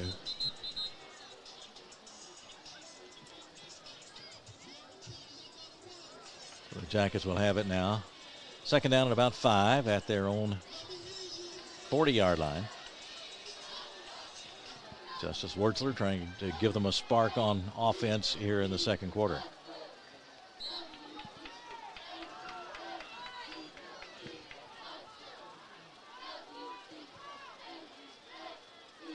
He's got it. And he hands off and coming around the side. Good jet sweep to the boundary right there. Yeah, Tomlin carrying the ball and got around the left side. Good block mouth receiver to seal that edge and give him a lane right there also. 1st and 10 for Woodford County as they move into Warren territory now at about the 44-yard line. This would be a huge score for Woodford County. Had to fend off a couple of threats, and they even had one touchdown called back, Warren did. And now a chance for the Jackets to tie or take the lead. But a long way to go against a good Warren defense with a lot of quick athletes there too. Wurtzler, hands off, not much there. It is Lucas on the carry. I really like what we've seen from Wurtzler tonight also. Really is giving the offense a good spark.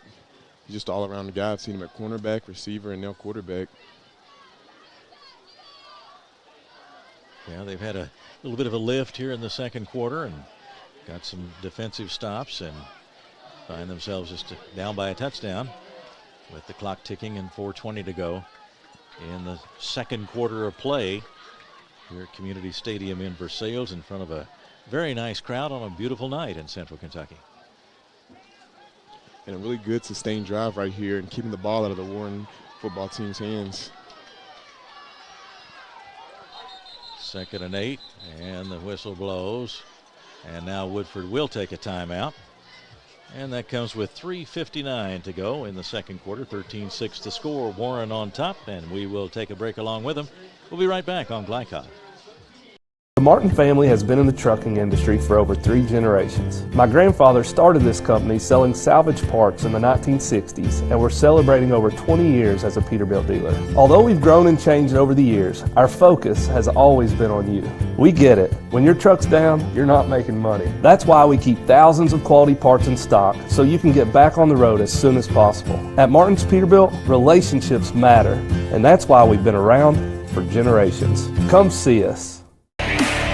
You're watching Central Kentucky High School football on Glycod.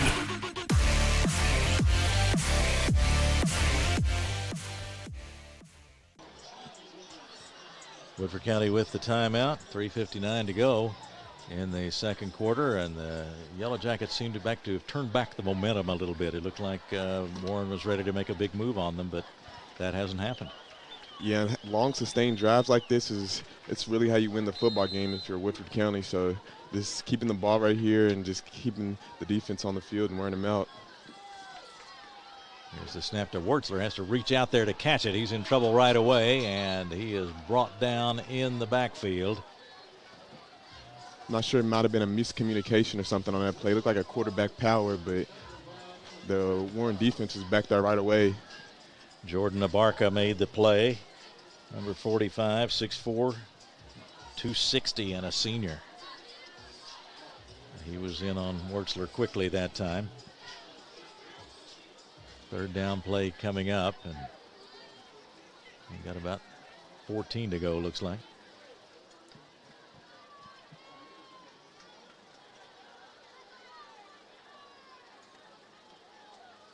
Wurtzler takes it, wants to throw this time, floats it up, strong throw out to the right side, and it is caught downfield, out of bounds near the 20-yard line, down inside the 20 to the 18. Really good play right there, and good throw by Wurtzler. Put the ball right in the breadbasket for his guy. Looks like Omari joints her on the catch right there. So a nice catch by Joyner, and boy, that was a fine throw. He led him out there and caught it in stride. Nice catch, good throw, and the Jackets now are in business at the 19-yard line, 1st and 10, with a bid to even the score or take the lead late in the second quarter.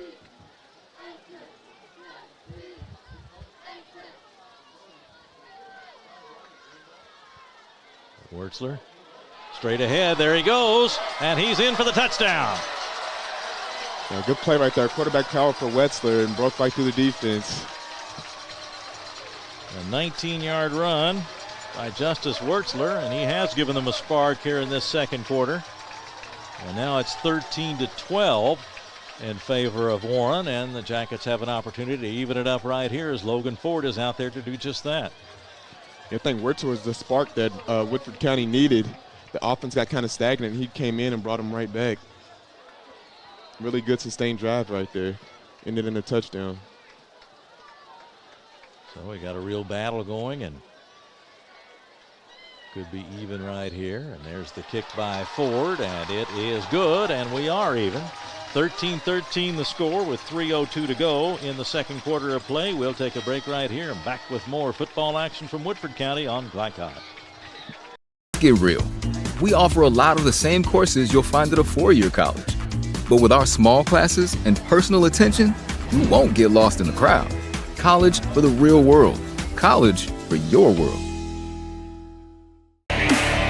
You're watching Central Kentucky High School football on Glycod.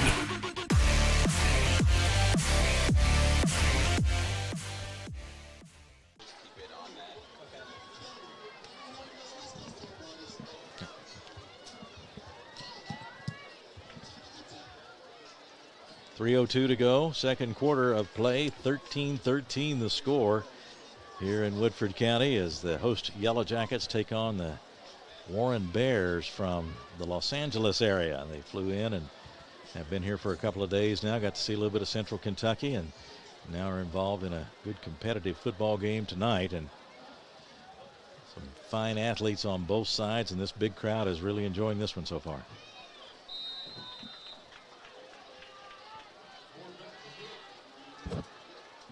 Ford to kick off.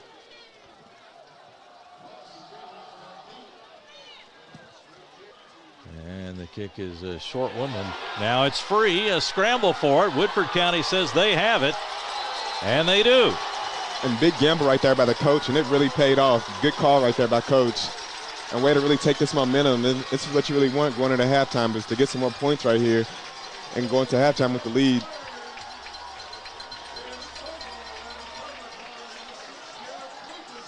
Derek Lucas credited with that recovery, and the Jackets have it. And they are on the 27-yard line, 1st and 10. And a chance now for Woodford County to take that lead as we're in a tie ball game. And boy, a big call, big play, well executed, and very, very aggressive on the part of Woodford County. Yeah, it looked like Warren might run away for it for a little bit, but now Woodford County's knocking and maybe can run away with this game. Snap to Wurtzler, looks to throw, puts it up down the left side. It is batted in the air and finally falls incomplete. Defender right there against Mackay Smith, but it looked like both players got a hand on that one before it dropped to the turf. And Jordan Ross has really been good at cornerback out there. I've seen him make a couple pass breakups. That's a great matchup, isn't it, Ross and Mackay Smith? It is.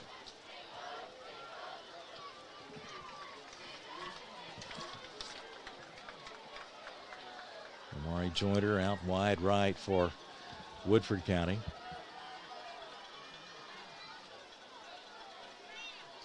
Now the snap, and Wurtzler keeps it, gets into the left side, gets across the 25 down to about the 22-yard line. Pickup of about 5. Good quarterback power right there, and good pickup of about 5. So it's going to be a third down play, third and maybe a little longer than 5. I'm loving how Woodford County went away from the wing tee and went to more of a gun set. And looks like it brought a lot of life to the offense over there. Wertzler rejoins the huddle. He's got Taylor in there. Amari Joyner, so some speed. Wyatt Crow out to the right.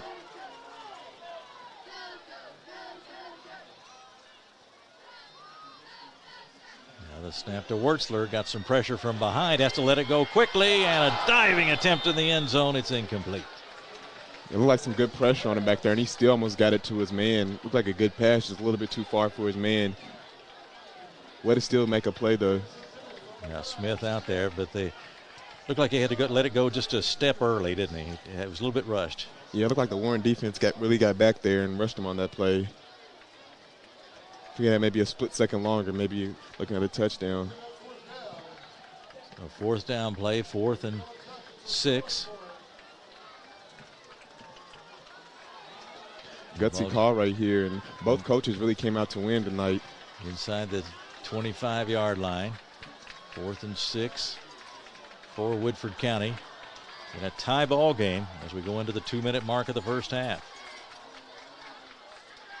Wertzler, step or two back, now fires across and too tall and into the end zone, incomplete. He was going for Omari Joyner on that play, but instead it's an incompletion. It'll turn the ball back over to Warren, but Woodford doing some good things on offense here in the second quarter. They are. And if you're the Woodford defense, you just want to get a stop right here and just go into halftime with the game tied. It's hard to stop a high-powered Warren offense right there, though. Yeah, we have expected a good one, and we got one, and we saw the momentum go Warren's way a little bit earlier, but Woodford got some good sustained drives, kept the defensive unit, and obviously a lot of high school players go both ways, but it's kept the defensive unit off the field for a little while, and that seems to have made somewhat of a difference, and certainly a spark in the Woodford offense here in the second quarter. Yeah.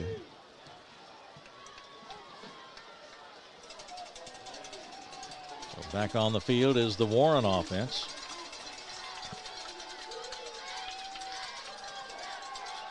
The pass out to the left side is complete at the 40, 45, and out of bounds. Looked like their go-to play right there, a simple out route. Ross.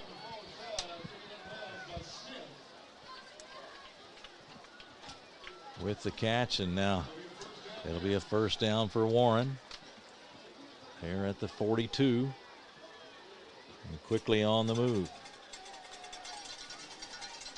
And off to Strickland, straight ahead he goes. He's at the 45 in Woodford territory, down to the 41. Hit it about the 40, and we've gotten inside the 40. And that Woodford defense has just not had many answers. Looks like Warren's already driving down the field right there. A simple inside zone right there to Strickland. They want to get started right now, and they are already lined up and ready to go. The snap.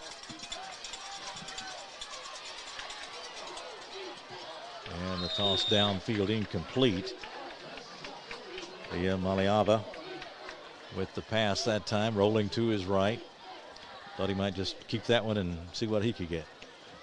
Yeah, looked like he was trying to hit his man, though, Davion Sturgis. Actually, that wasn't Sturgis. Looks like he was trying to hit Jalen Ross, but they just weren't on the same page right there. So with the incompletion, we're at 1 minute, 20 seconds before halftime. Second down and 10 play from the 41-yard line in Woodford County territory for Warren. Handoff goes to Strickland. And he is stopped after a short gain. Got across the 40 to about the 39-yard line. Good play right there by the Woodford defense to collapse that play. Simple inside zone. Sturgis in there again, along with some teammates on the stop.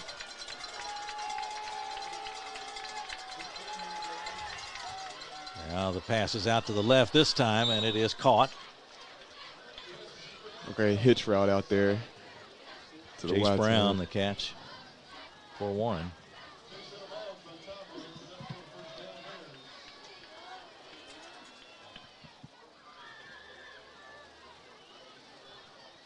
Madden Iamaliava, the quarterback for Warren. He's got Strickland in there with him. First and 10 from the 30. Yamaliava floats it out there towards Strickland. It's picked off. Picked off at the 40, the 50. That past midfield into Warren territory. That's Leland Taylor. He's going to take it all the way in for a touchdown. Good play right there. Looks like he just read the quarterback's eyes. Yeah, that one floated out there just a little bit, and he was right there to pick it off. Had to make a couple of good moves to take it all the way, but that he did. And the Jackets have scored before halftime, and now it's 19-13 after the interception return.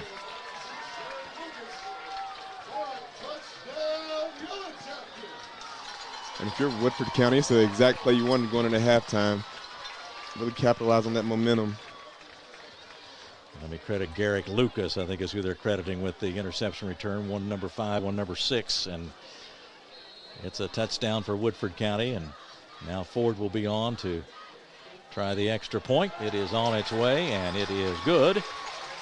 And it is 20-13 with just under 38 seconds to go in the second quarter of this ball game, and the home team has the lead now.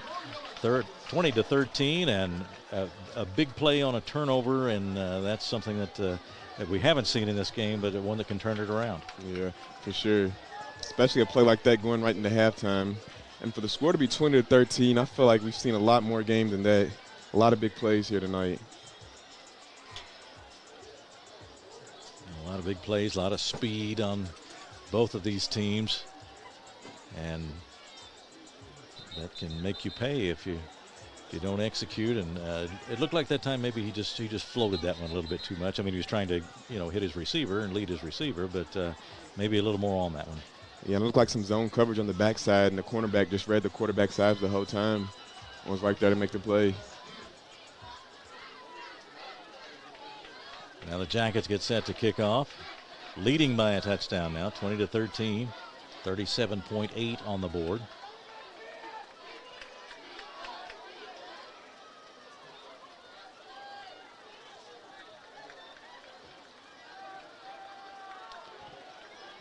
Crowd still buzzing about the big interception return by Lucas.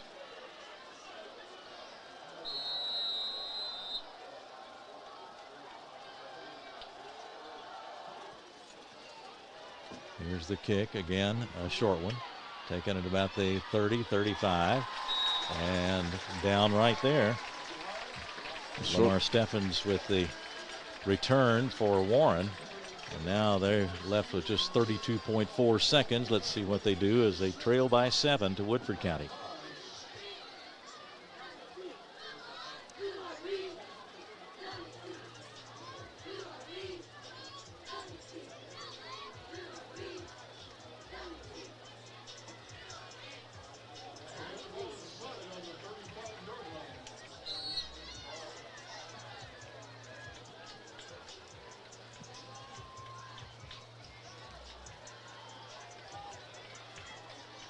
The Bears back on the field, their offense, and we'll see what they try to do here in the final seconds of the first half. Quick pass right across the middle. That one is caught near midfield and over into Woodford County territory. Like a simple slot hitch route right there, and good run after the catch again. Yeah, Jalen Ross, another catch. Seen a lot from him tonight. They're quickly in Woodford County territory. Yamaliava escapes now and gets out. The whistle blows. Player lost a helmet. Looks like the Woodford defense really got back there. And Warren's not content with going into halftime with a 7-point deficit. They're trying to tie this thing up before halftime.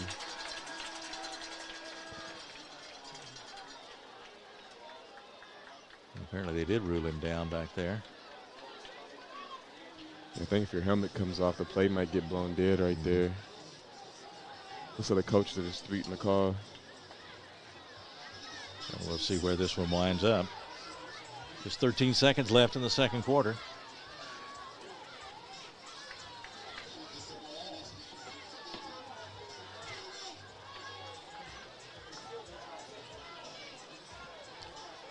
So they're trying to sort this one out. Yellow Jackets going for their second win of the season. Came in at 1-1. The Bears came in at 2-1. And Warren will take a timeout here with 13 seconds to go in the first half. We'll keep it right here, 20-13. Well, you go in at halftime, you got to have a message for each team. What do you think the messages are going to be from these coaches? I would say for Warren, the message is to just keep going on offense, and because they're really moving the ball, so a few mistakes has just kind of held them back. And for Woodford County, I'd say you just got to stay on the offense and keep the ball out of Warren's hands. It's been a lot of positives. I'd say some good defensive stops, because at first Warren was really moving the ball, but they've gotten some good stops on the past few possessions. Yeah, one big turnover in the game, the interception return by Lucas.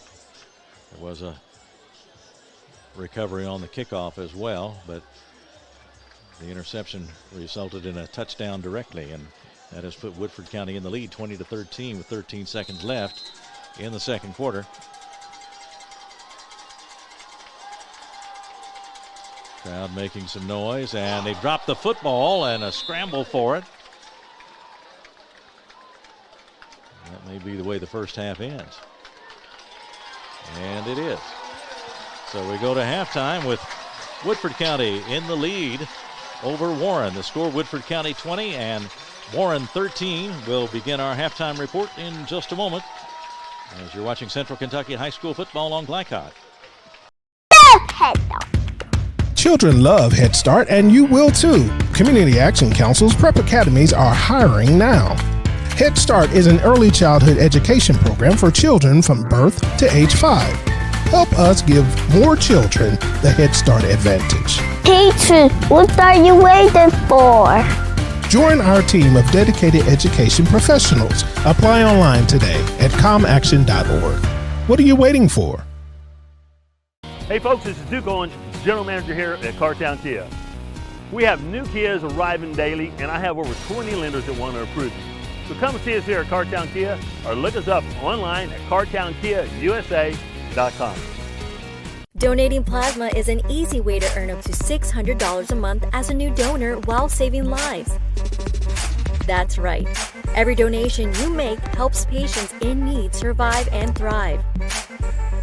Returning donors also see monthly bonus payouts and I Give Rewards points.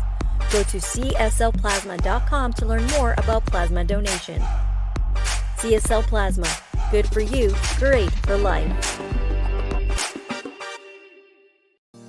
Research has shown high school sports to be a great community influence.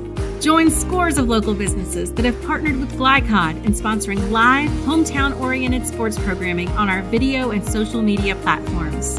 For more information, email info@glycod.com.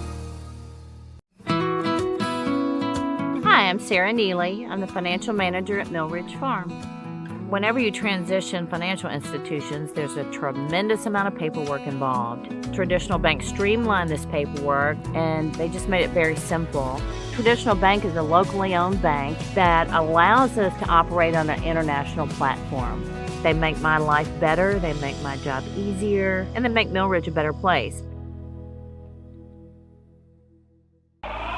New recruit, take advantage of our apprenticeship program. Come out of our 4-year course debt-free. With health insurance, a guaranteed pension, a degree, and an electrical license. 3 words I'd use to describe the apprenticeship are opportunity, skillful, educational, solid career path, Rewarding, beneficial, and a brotherhood. A life-changing opportunity. The cost of school is free. All your books are paid for.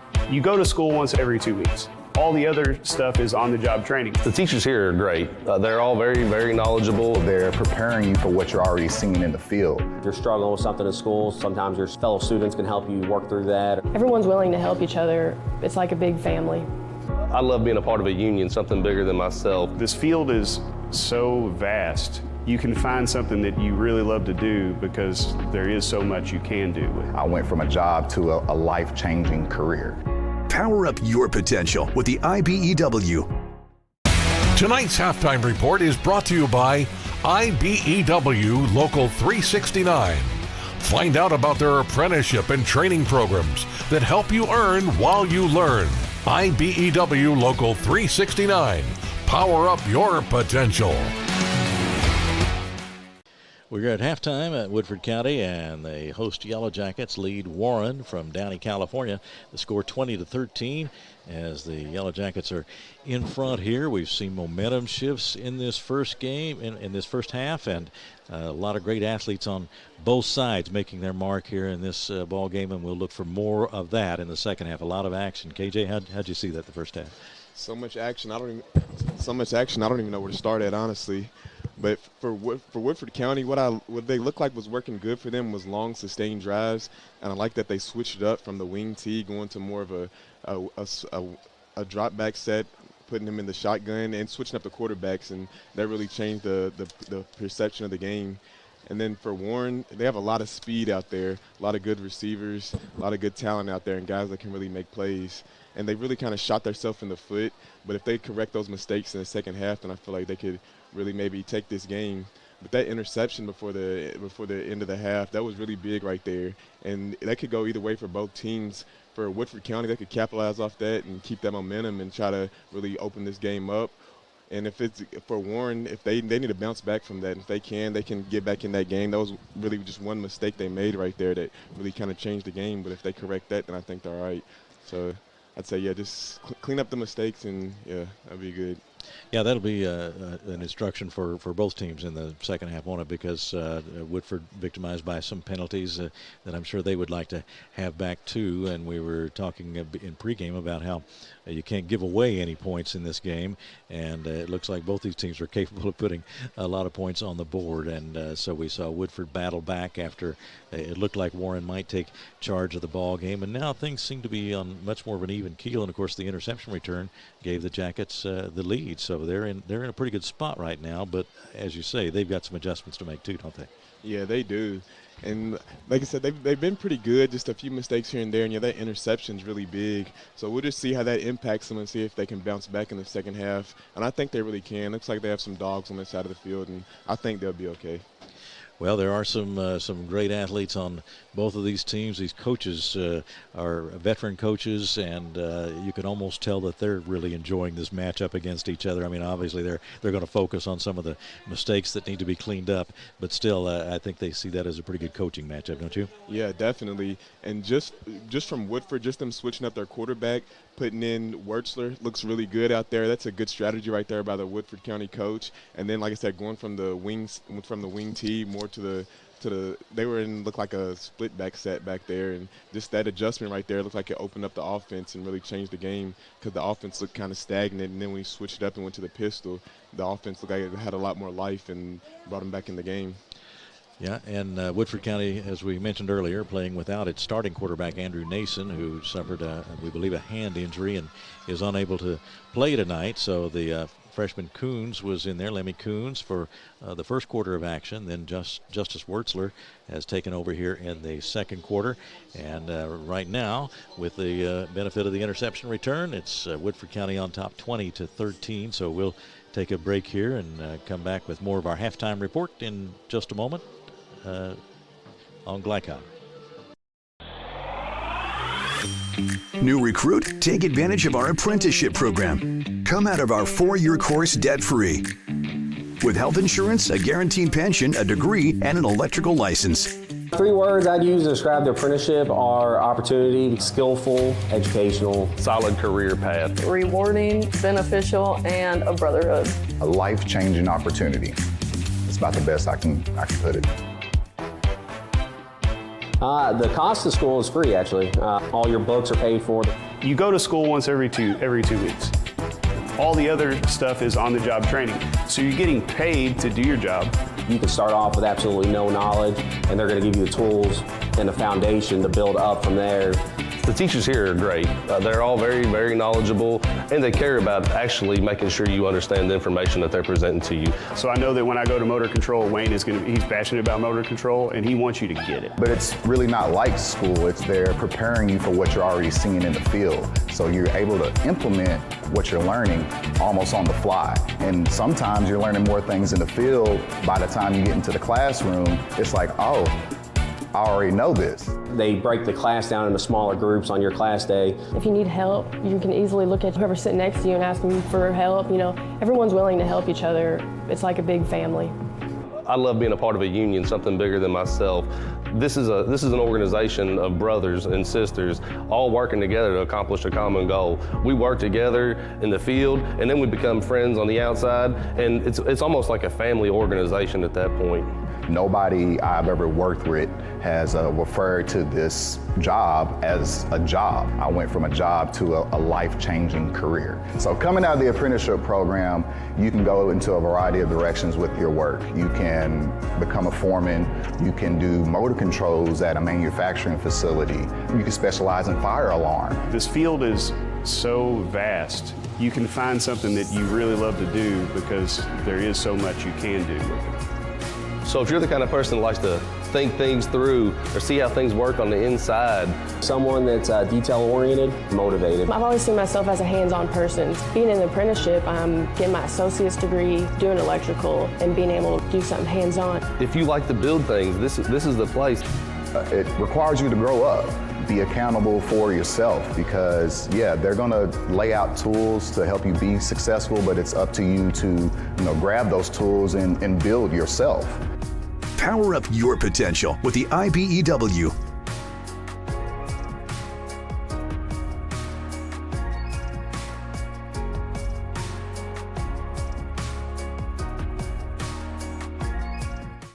For any of your window, door, and siding needs, contact the team at Elite Building Products. Their factory-certified, licensed, and insured contractors have been installing energy-efficient windows and doors for over 30 years. They also offer energy tax credits and military veteran discounts. Locally owned and open weekdays at 242 Wilson Drive, just off of the 27 bypass.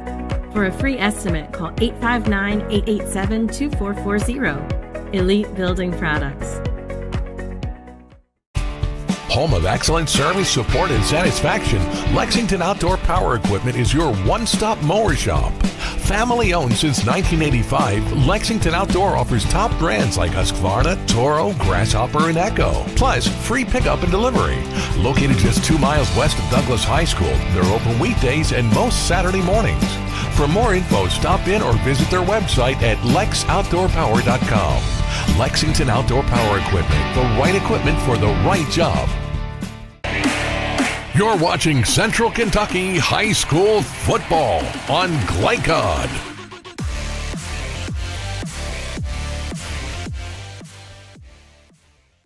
Fans being entertained by the halftime show here at Woodford County as the host Yellow Jackets lead Warren by a score of 20-13, and a lot of highlights in that first half, KJ. And we had the long pass play to Taylor to start it off for Woodford County, and then Warren quickly responded. Hezekiah Robinson on the receiving end of a touchdown pass. But both these teams showing the capability of moving it up and down the field quickly. Yeah, both teams really explosive, can do just about anything they want out there. So we have more of an offensive game this game than defensive. Jace Brown, a touchdown for Warren, a touchdown pass that helped put them in front at 13-6, and then run by Wurtzler evened it all up at 13 all, and then the late interception return by Garrick Lucas has put the Yellow Jackets in front here. But we mentioned the scoring plays, but there were some other plays that would be termed highlight plays tonight, and we've seen some good gains by Kelton Strickland of Warren. He seems to be a real weapon for them to kind of offset the passing attack with Ia Maliaba, and that's always something that the defense has to be aware of. But you got to keep your eye on Strickland too, don't you? Yeah, Kelton Strickland's a really good player, and for Warren to be so pass heavy, if Strickland had a few more carries, I'd say he'd be maybe at about 100, 200 yards already. But they're so good at the pass, they don't really have to run just as much. But I'd like to see them open up the run a little more and maybe give Strickland a few more carries the second half to kind of balance out that passing attack. We've called Davion Sturgis's name a few times, and Hodge on the Woodford County defensive side. Wyatt Crow has had a role both units tonight, and Darian Tomlin as well. And so we've seen several individuals with good ball games tonight, and we look for more of that in the second half. And we're going to take a break right now and come back and get a little closer to that second half when we return in just a moment on Glycod. Did you know that Cartown Kia has one of the largest pre-owned inventories in the region? And did you know that we source vehicles from all over the country? Not only will we pay top dollar for your trade, we'll buy from you even if you don't buy from us. So stop in today for a quick and easy appraisal, and while you're here, check out the new Kias arriving daily. There's never been a better time to upgrade your ride. Visit Cartown Kia or shop anytime at cartownkiausa.com.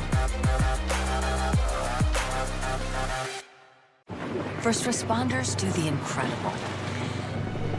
They help save lives. And so can you by donating at CSL Plasma. Your plasma donation can help create 24 critical life-saving medicines. And you can be rewarded for your generosity. Every plasma donation can do so much for so many. Do the amazing. Help save lives. Donate plasma today at your local CSL Plasma Center. Let's get real. For a lot of people, 4 years of college might as well be a million. With us, you can get a certificate in a matter of months and start a career right away. College for the real world. College for your world. I'm your overly competitive brother. Psych. And I'm about to steal this game from you, just like I stole Kelly Carter in high school, huh? No! And now you're ready to settle a score. Game over. And if you don't have the right home insurance coverage, well, you can end up paying for all this yourself. So get Allstate and be better protected from mayhem. Yeah, like me. Thanks, bro. Take a lap, rookie. Contact Louisville and Lexington Allstate agent Thomas Allen for a quote today.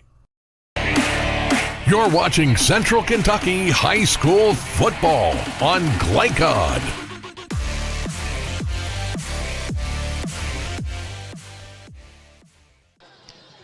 Getting ready for the second half here at Community Stadium, Versailles, Kentucky, home of the Woodford County Yellow Jackets. Woodford County on top, 20-13 over the visitors from Downey, California, Earl Warren High School. Earl Warren coached by Kevin Pearson. The Jackets, of course, coached by Dennis Johnson. This segment of tonight's game is presented by Allstate Insurance agent Thomas Allen, proudly serving Central Kentucky and setting high standards for the services his team provides their clients. It's Thomas Allen. KJ Jones alongside, and I'm Keith Elkins. Brenton Covington, our producer. Evan Collins on camera tonight. And KJ, we've talked about all the action that we saw in this first half. There's every reason to think we'll see more of that in the second half, but I think both coaches would hope for getting those mistakes under control. A little bit more under control, but at the same time, that wide open attack is a strength. It is. And what I think I'd like to see right here is maybe just some defensive adjustments and maybe just some fixing some things out there to better stop the other side on the other side of the ball, because we've really just seen a lot of offensive attacks out here. And the only thing that really held back the offense was just mistakes by each other. Well, it's been a very enjoyable and very active first half tonight and a very competitive ball game. 20-13 as Woodford County took the lead late on the Garrick Lucas interception return that really got this big crowd fired up for the home team. Both teams decked out in black and gold tonight, and we have welcomed the visitors from California. They got to do a little sightseeing in Kentucky on Thursday, and then, of course, preparing for the football game here today. Coach Kevin Pearson's team was scheduled to play in an event in Knoxville, Tennessee originally, but the plans for that one fell through, and they ended up here in Versailles and playing Woodford County here on Woodford County's home field. And right now the Jackets have the better of it, 20-13. But we mentioned the quarterback, Madden Ia Maliava, for Earl Warren, his brother Nico, a freshman at Tennessee and expected to play a big role for the Vols, maybe not so much this year, but in future years. And talked to Kevin Pearson, the coach, about coaching elite athletes, and one of the elite athletes he coached was none other than Bryce Young, the top draft pick in the NFL this past season after completing a year at Alabama, and he played for Pearson at Cathedral High School before transferring and finishing his high school career elsewhere, just as Pearson was leaving the Cathedral coaching post after 23 seasons. But, you know, when you've coached Bryce Young and Nico Iamaleava and some other elite athletes. He, just as Dennis Johnson is building his file there on recruiting, that helps build your future, doesn't it? Because guys pay attention to that. They know that Bryce Young played for this guy, or that some of the great recruits for Woodford County that we've heard about tonight with the college people here. That helps with the interest of the young players. Yeah, it does, and it gives the coach a lot of credibility just knowing that you was able to coach a guy like that. It makes other kids want to go, and maybe I could become that one day under coach. So, yeah, it really helps him out a lot. Of course, Dennis Johnson was in that position when he was in high school, the Woodford County coach. Was USA Today's High School Defensive Player of the Year in 1997. First went on to play at the University of Kentucky and then in the NFL for the Arizona Cardinals and the San Francisco 49ers. So he has been to the top. And now passing along his expertise to high school players from a great coaching family, of course. We are ready to go here in the second half of play, and it'll be Woodford County to kick it off to Warren when we get started here momentarily. Jackets holding a 7-point lead, and we are underway in the second half. Again, a short kick. That one bounces, but picked up sure-handed this time by Warren, and they'll start from their 35-yard line. Yeah, looks like that could have been an ugly one right there also to start off for Warren, but way to get on the ball and corral it. Nico Brown with the handling of the football that time and able to keep possession for Warren. So they'll get started now on the 35-yard line in their own territory. Down a touchdown as they take the field for the first possession of the second half.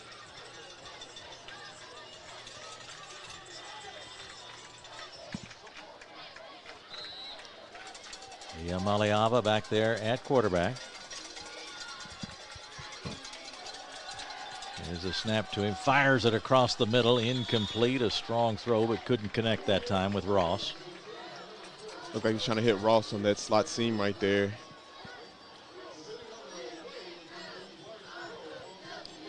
Well, a big-time arm for the young quarterback. He's just a junior, so has another year of high school to develop.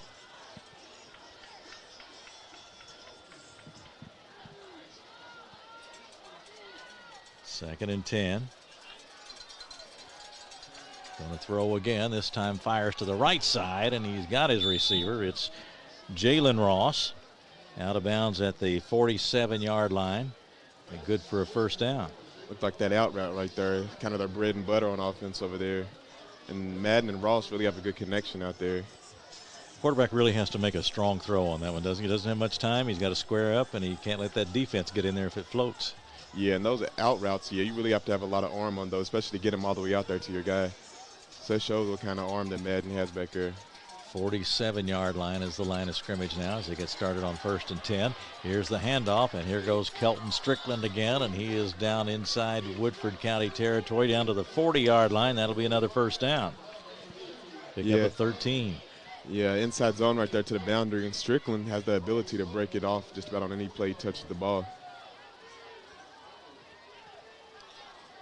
We saw Kelton Strickland break some long ones in the first half. Left the field briefly with an injury, it appeared, at one time, but was quickly back in there and appears to be fine now. Lines up alongside his quarterback at the 40-yard line. Just underway in the third quarter. And the handoff goes to Strickland again. He's at the 40, makes a move, gets down to about the 35-yard line. Good job right there, bouncing it to the outside. The inside was clogged up. D-line did a good job, but Strickland did a good job bouncing to the outside and getting some extra yards there.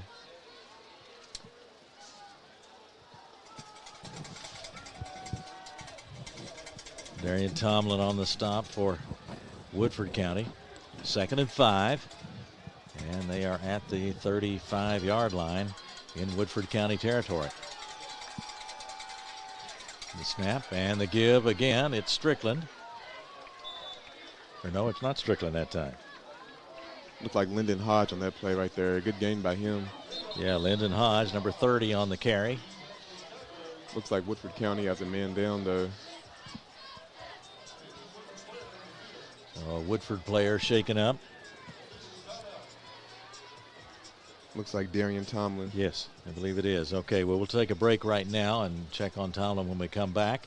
The score 20-13, Woodford County on top. 10:37 to go third quarter. We'll be right back on Glycod. Did you know that Cartown Kia has one of the largest pre-owned inventories in the region? And did you know that we source vehicles from all over the country? Not only will we pay top dollar for your trade, we'll buy from you even if you don't buy from us. So stop in today for a quick and easy appraisal, and while you're here, check out the new Kias arriving daily. There's never been a better time to upgrade your ride. Visit Cartown Kia or shop anytime at cartownkiausa.com. This segment of tonight's game is brought to you by Cartown Kia. Visit their showroom at 3120 Lexington Road in Nicholasville, or browse their inventory at cartownkiausa.com. Cartown helped to his feet and then made his own way to the sideline as we resume play now. The give is to Strickland, and he is, or no, it's not Strickland again. It's looked like number Lyndon 30, Hodge. yeah, Lyndon Hodge, who carried again. So he's been in there the last couple of plays, and he has done well and got him down now to first down yardage. They're at the 18-yard line, 17-yard line. Now here is Hodge again, weaves his way toward the end zone, and he's going to get in there for the touchdown. Looks like we got a false start on the play, though, by the slot receiver over there. This guy's moving at the Yeah, snap. they're going to wave that one off and bring it back. Well, Lyndon Hodge running very well now that he's had some opportunities here in the third quarter. He is, and I really like how Warren's going to the run game a lot more, not just throwing it every play, but really balancing the offense out and getting that run game going this half. Penalty is against Warren.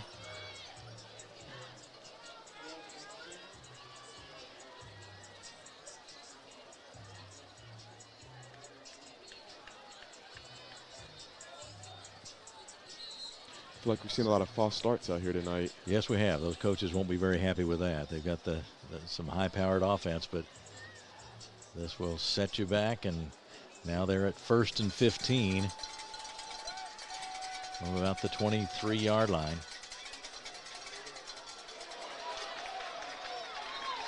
This time they've got him in the backfield.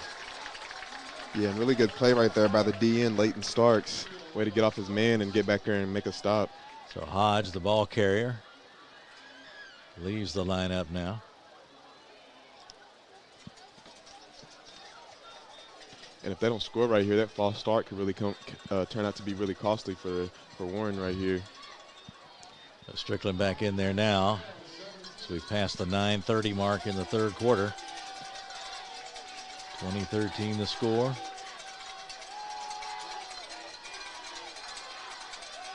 And the toss over the middle and incomplete. Looks like we got another flag out there on this play. Trying to hit Ross, who has been a frequent target tonight. Jordan Ross, number 3, Jalen Ross, number 4.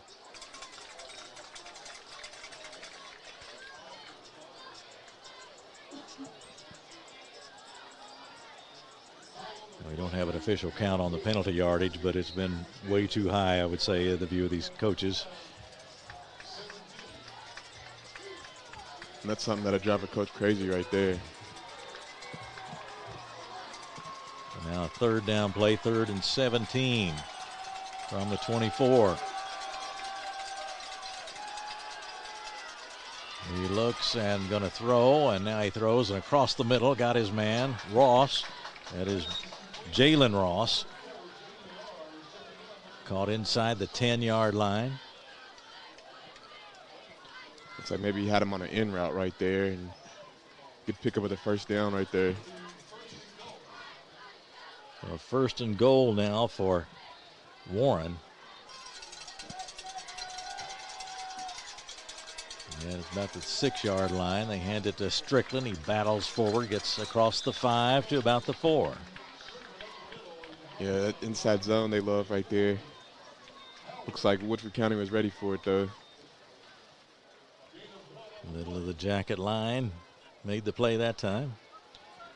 See Leighton Starks in there. He's been a standout on defense for Woodford this year. Got the MVP award for last week's game in their victory.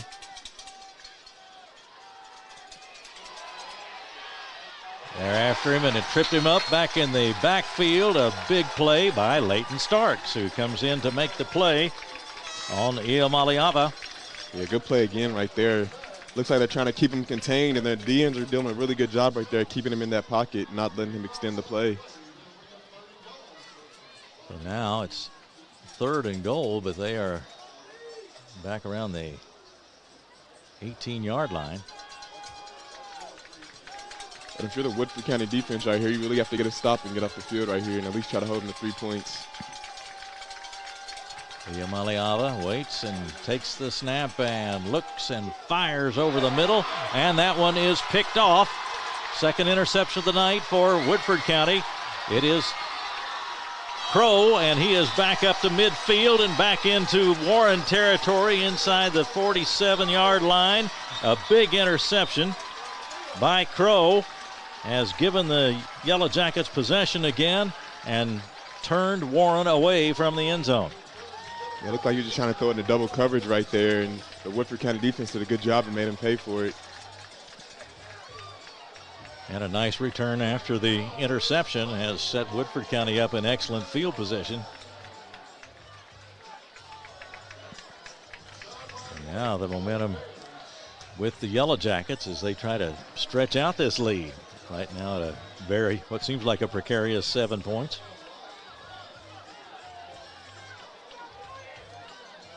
So they're going to have Wetzler start the second half again for him on offense here. Yeah. Taylor goes out right. Now does Joyner. And the snap, and Wertzler gives it off. I think that's Lucas. So he might have shaken up on the play. It was Lucas. He stays down. He's at the 45-yard line, but not getting up just yet.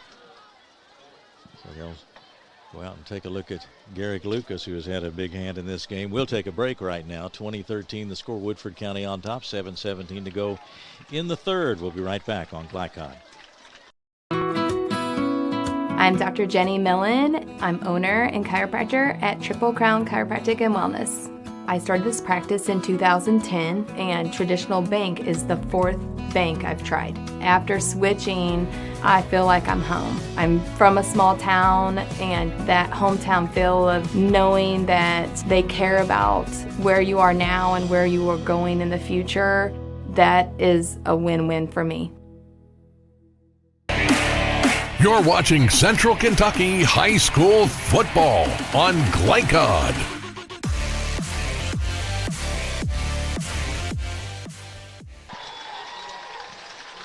Back to action now. Wertzler with a nice throw downfield.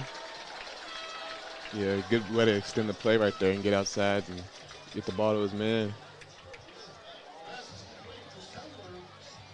Taylor with the catch.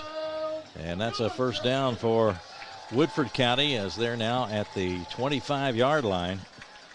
What a huge score this would be for Woodford County.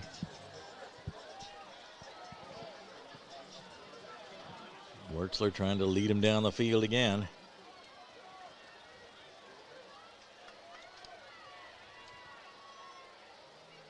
He's got it.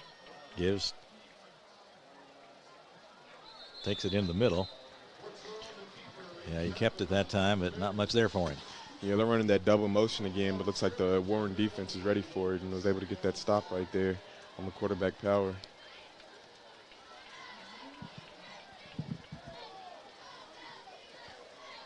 So the Jackets huddle up. They'll be facing a second down play and just about 10 yards to go. So little, if any, yardage on that last one.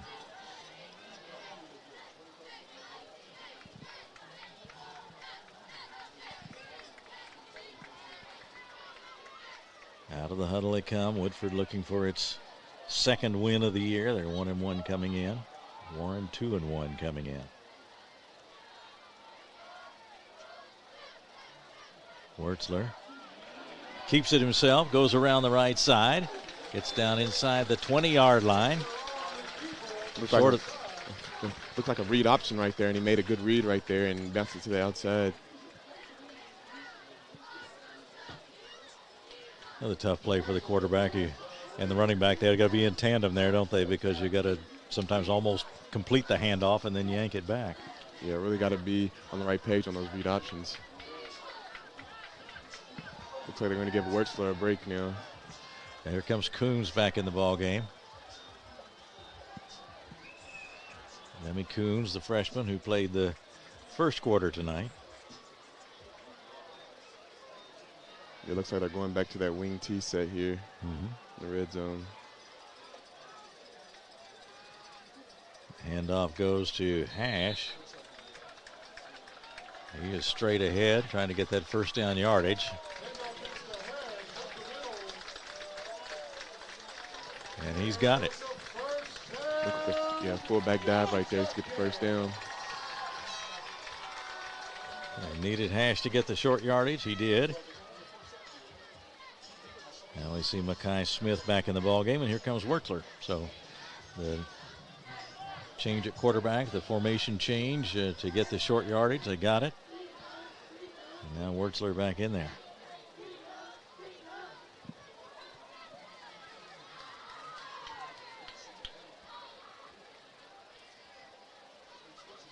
The snap and the handoff. Around the left side, that is Crow, and he is going to score. Good jet sweep right there, and way to put it in there by Crow. A big touchdown for Woodford County, and they now lead 26-13. Comes with 3:54 to go in the third quarter, and now Ford will step back out there and try to add another point. Make it a 14-point lead. The snap and the kick is on its way. It looks good, and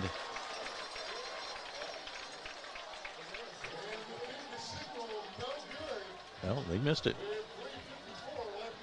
Had the short distance, but didn't put it through, and so it remains 26-13 with 3:54 to go in the third quarter. We'll take a break here and be right back with more football on Glycod.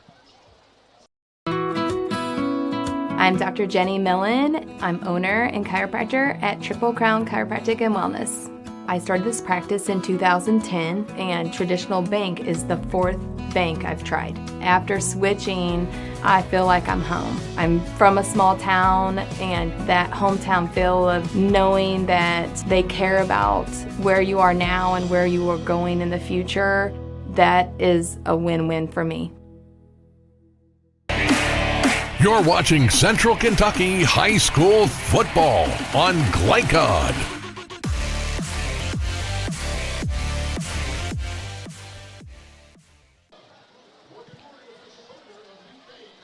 Back at Community Stadium in Versailles, the Woodford County Yellow Jackets now with a 26-13 lead over Warren. And KJ, what would you say has been the key to them taking charge here?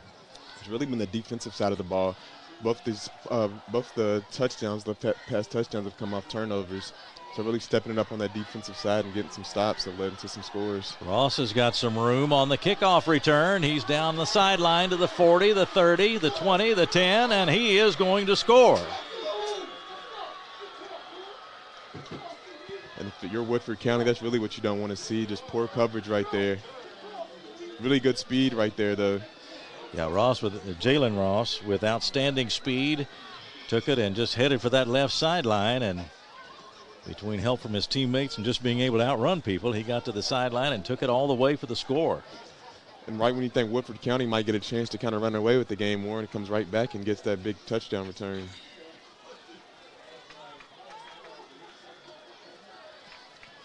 So just 16 seconds elapsed since the other touchdown and since the Woodford County touchdown, and now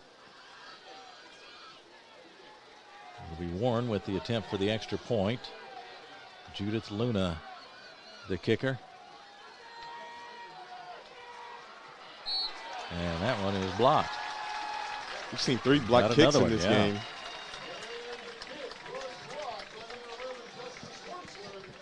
So that leaves the score at 26-19. Woodford County on top. And we will take a break and come right back to Community Stadium in Versailles in just a moment on Glycott. I'm Dr. Jenny Millen. I'm owner and chiropractor at Triple Crown Chiropractic and Wellness. I started this practice in 2010, and traditional bank is the fourth bank I've tried. After switching, I feel like I'm home. I'm from a small town, and that hometown feel of knowing that they care about where you are now and where you are going in the future, that is a win-win for me. You're watching Central Kentucky High School football on Glycod.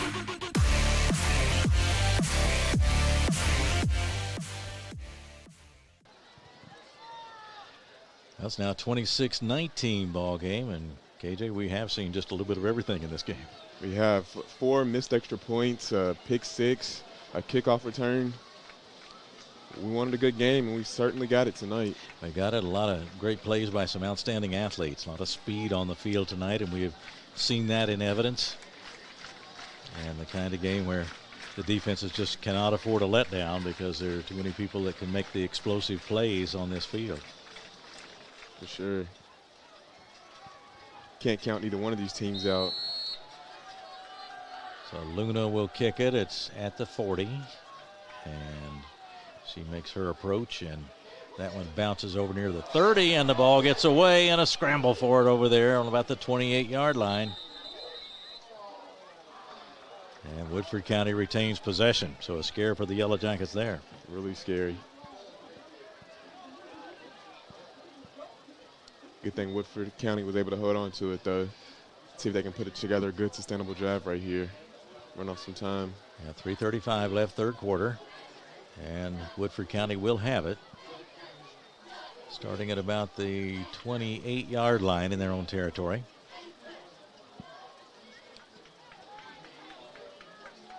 Things were not looking good for the Yellow Jackets about midway through the second quarter tonight, but they managed to get some stops, had a break on a penalty that called back a touchdown. And since then, they've held steady. They did give up the kickoff return, and now, of course, Warren right back in it at 26-19.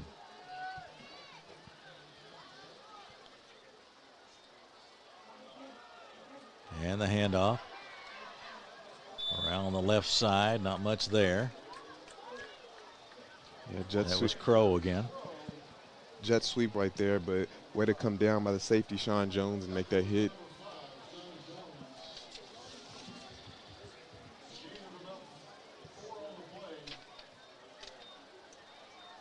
Sean Jones with the tackle, and 4-yard pickup for Crow. So a pretty good gain after all on first down. 2nd and 6 as we go into the 3-minute mark in the third quarter. 2nd and 6 from the 33-yard line for Woodford County. Wertzler looks to throw it and fires across the middle and through the hands of his receiver, and that one, Taylor, the intended receiver, and that one popped back up in the air, and that's always a dangerous play to have happen too. But looks like it just caught him just right and bounced on over. Wasn't able to gather it in. Yeah, really lucky right there. Didn't get popped up in the air to somebody else. Looks like he just put a little bit too much zip on that pass for his receiver to haul it in. Well, that'll make it 3rd and 6 now from the 33. And this is a big down right here if the Warren defense can get a stop and get the ball back. And if you're Woodford County, you're definitely going to get this first down to hold on to some momentum and keep the ball out of Warren's hands. Snap to Wertzler, and the throw out to the right, and got his man, and that's good for a first down. Nice throw, nice catch. Threw it into some coverage over there, but a good move and a good catch. I think that was Crow again.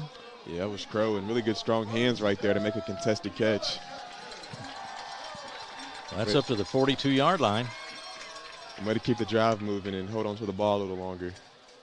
Yeah, he had to put some zip on that throw and was right on target. He didn't have to reach either way, just had to make that catch, and then knew the defender was right there.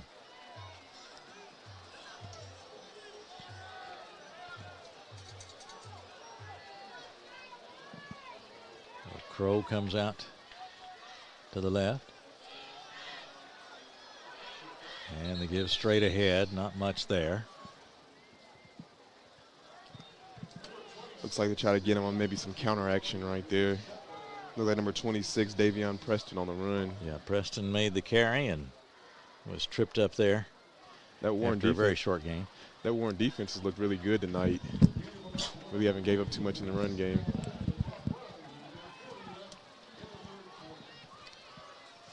A 2nd and 9, gave him credit for a yard. Yellow Jackets break the huddle. Crow out wide left. Joyner over on the right side. Now Wertzler takes it and fires high and deep down the left side, and that one is batted away. Broken up. Good play again right there by Jordan Ross. He's been all over the field tonight. I don't think he's given up a catch on his side. Mackay Smith, an excellent receiver. Ross was right there. He's really got that whole side set down for the whole game. But he had a flag, though.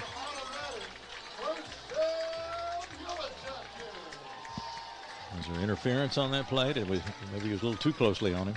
It looks like it might have been behind the line of scrimmage, maybe roughing the passer. I didn't see the flag at first. It's another costly penalty right there, though, to extend the drive. So 1st and 10 at the 43. And then a big play right there. Woodford County keeps that drive going. Wertzler has it, now hands it off. The play runs out to the left side. And it's like another flag. Another looks like flag maybe in, yeah. Darian Tomlin back in the ball game.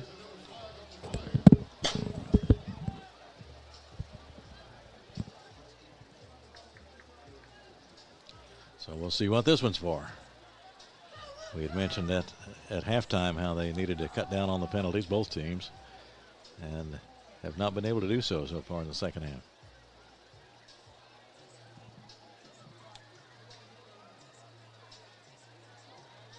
That one's on Woodford. Looks like a block in the back right there.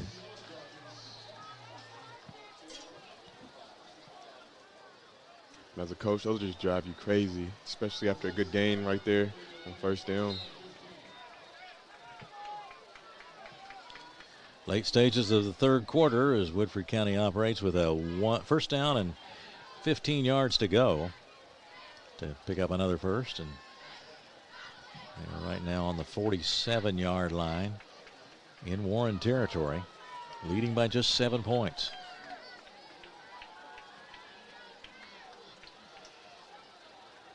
Wertzler back to throw it. Gets some pressure now. Comes out to the left side, tries to go on the run, and is pushed out of bounds. Your way to just make something out of nothing right there. Garcia with the stop on Wertzler. Yeah, not much there for him that time. So no gain on that one, and it's now 2nd and 15, still at the 47-yard line.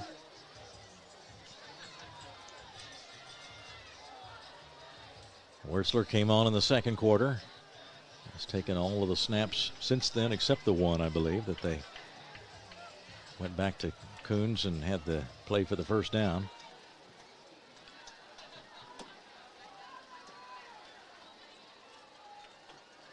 And the snap to him, and again, hands off, and again, not much there. The Warren defense really swarming that time. Looked like Crow on the jet sweep right there.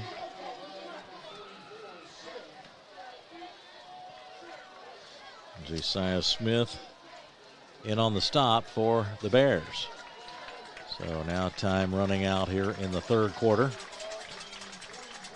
The Jackets already huddled up here for the quarter break as the final seconds tick off in the 3rd quarter. And that is it. And we have reached the end of the 3rd quarter with the score. Woodford County 26 and Warren 19. And we'll take a break and back with the 4th quarter of this one in just a moment on Glycon.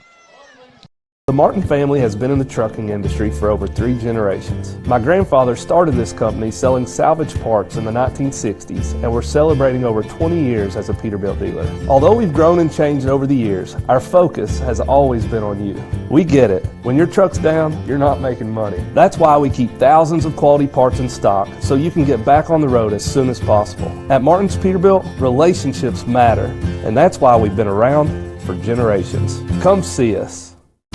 Let's get real. You could go to work right after high school, but spend a little time with us and we'll give you a better chance to do more, be more, and earn more. College for the real world. College for your world. You're watching Central Kentucky High School Football on Glycod.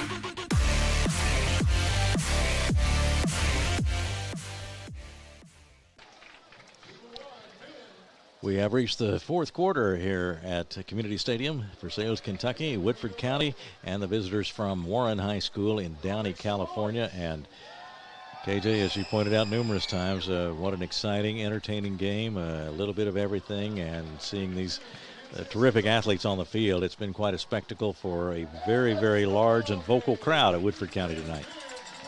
Yeah, I couldn't ask for a better game right here. A 7-point game going into the fourth quarter. It's crunch time right here. Yeah. See what both teams are made of. You could see some big plays here, breaking some big plays by either squad here in the fourth quarter. As they come out now, it'll be the Jackets with the ball, and the final 12 minutes will be underway here momentarily.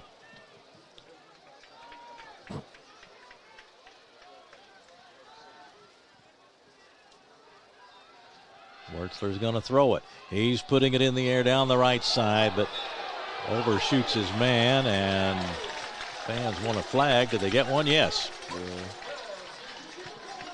Looked like pass interference right there with Jalen Ross on the coverage. Leland Taylor down there for Woodford County. That will be an interference call.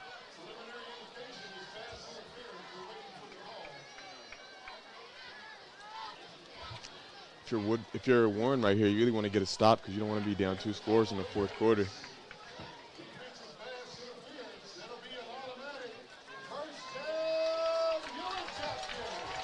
So on the first play of the fourth quarter, a big play is they weren't able to connect on the pass, but there was pass interference called, and now the ball is set inside the 30-yard line in Warren territory, and a big drive here for Woodford County.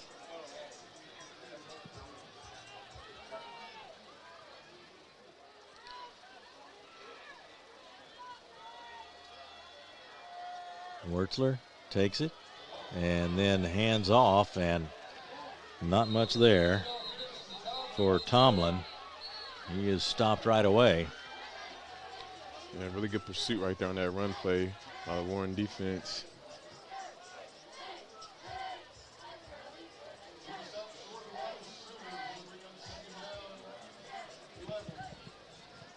So stopped a yard back of the line of scrimmage, 2nd and 11 for the Yellow Jackets. The ball at about the 30-yard line.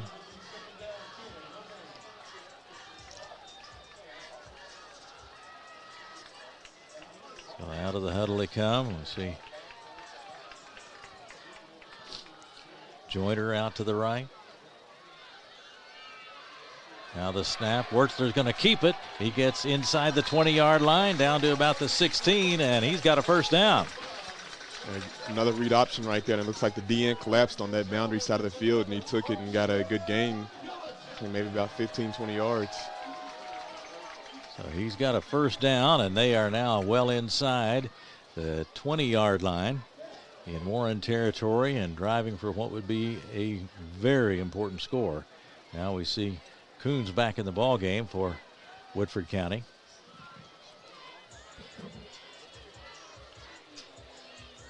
So Coons in at quarterback, wearing 18.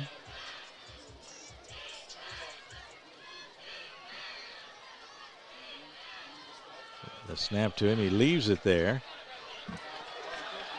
And a nice run by Davion Preston. Really good run right there. Looked like he carried a defender with him for about 5 yards. some good, strong running right there. Yeah, Preston took it down inside the 10-yard line. So now 2nd and 2 or 3. Looks like that run game's really starting to open up in that fourth quarter is when defenses really start to get tired and you can wear them down. 9:45 to go. 2nd down 4 for Woodford County. They listed it 4. It's a short 4, I would say. Here's the snap, and then Wertzler kept it that time, but they were ready for him. Barca, among others, in there on the stop for Warren. Yeah, like you said, it looks like they were ready for him on that play, read option again, but they were all right there. So they say that's a loss of 1. Ball right at the 10-yard line. Coming up on a 3rd down play. 3rd and about 4. Really big down right here for both sides of the ball. Here's the snap, and Wertzler takes it himself and barreling toward the 5-yard line. He's close to a 1st down. Looks like he may be just short. Well, actually, I think he did get the 1st down. Good play right there by Woodford. And it is a 1st down. 1st and goal. 1st and goal for Woodford County from the 6. Clock ticking, 8:35 to go. We're in the 4th quarter.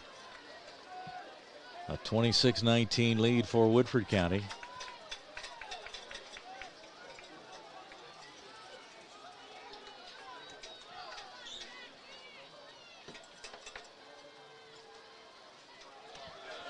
Now the run to the right, it is Taylor, and he takes it in.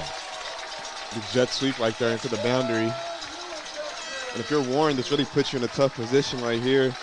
Have to score fast and then get a stop on defense. Taylor into the end zone, the 6-yard run for the touchdown, and a big score for Woodford County. They lead it 32-19 with 8:14 to go. They'll try to tack on another here in just a moment.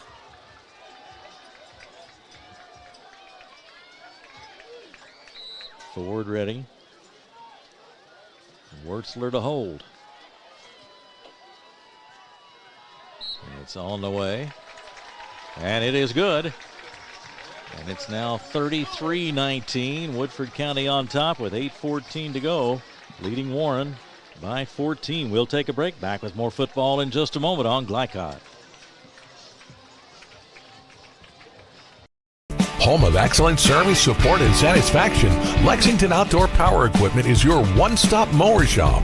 Family owned since 1985, Lexington Outdoor offers top brands like Husqvarna, Toro, Grasshopper, and Echo. Plus, free pickup and delivery. Located just 2 miles west of Douglas High School, they're open weekdays and most Saturday mornings.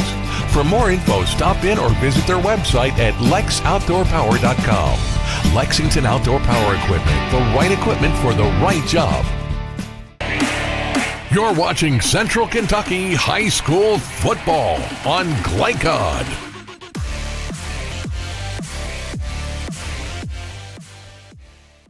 .8:14 left. It's now 33-19 Woodford County lead, and that was a big drive for the Yellow Jackets, KJ. It was, and it really might have been a statement drive right there. And if you're Warren, like I said, you really need to get some points quickly and get a stop on defense. And if you're Woodford County, you're really in a good position right here, but you don't want to take your foot off the gas too much because that Warren offense is really fast. You can't let down at all because Warren can put the points on the board very quickly. We've seen threats from the receivers and from runners like Strickland, and they've got a lot of weapons, as we pointed out before, and they can score in a hurry. But they are 14 down now with 8:14 to go. Again, the short bouncing kick. Corralled by Brown, and he is on the way. Down the sideline he goes, and finally they've got him at the 30-yard line. Nico Brown picked it up and took off and picked his way along the sideline. Good running. And every time you think Woodford County might be able to have this game in the lock, Warren comes right back with a big play. Set up in good field position right here. Still 8 minutes to go. So Brown congratulated by his teammates as he gets over there to the sideline. The ball will be spotted at the 29-yard line in Woodford County territory. So excellent field position for Warren, and they can get a quick score here and be right back breathing down the neck of the Yellow Jackets. It's 33-19 right now, but here comes the Warren offense.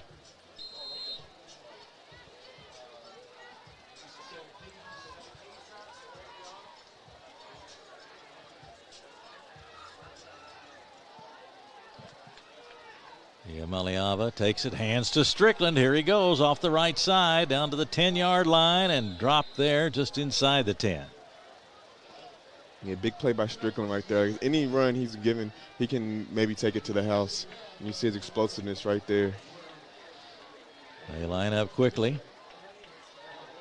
Here he goes again trying to look for room around the right side. This time they make the stop on him, but he did pick up a couple of yards.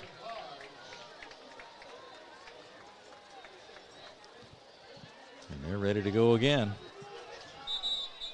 And whistles blow.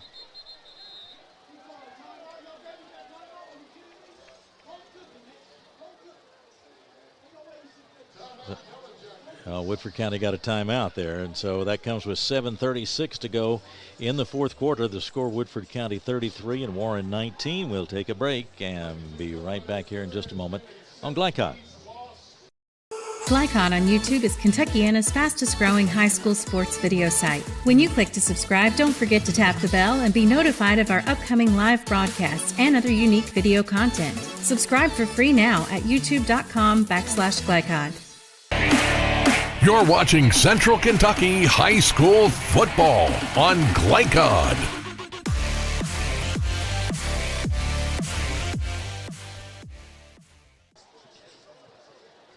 Warren on the move now, trailing by 14, and this, of course, is exactly what they needed, a chance for a quick score, KJ.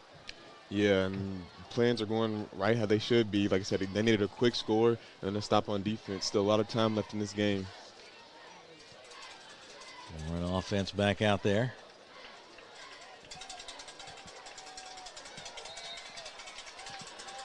Maliava has it, hands it to Strickland, and this time they wrap him up. Hodge was in there to get it started, and he had some help from his teammates, and they got him down, and so not much there for Strickland that time.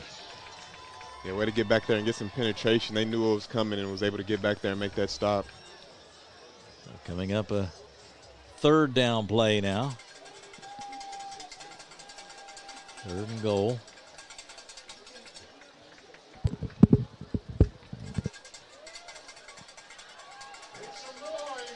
Maliava with Strickland deep behind him. Ross out there to the right. Both Jalen Ross and Jordan. Now he fires to the back of the end zone. And that is a touchdown. Waited a moment for the signal. Good play right there, right in the back of the end zone. Way to really put it on his guy. Wait for his receiver to keep his feet in bounds to make the touchdown. Yeah, I think it was Houston, JT Houston, with the catch.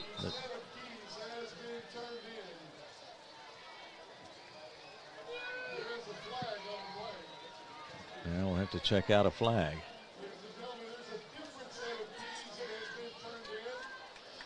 Yes.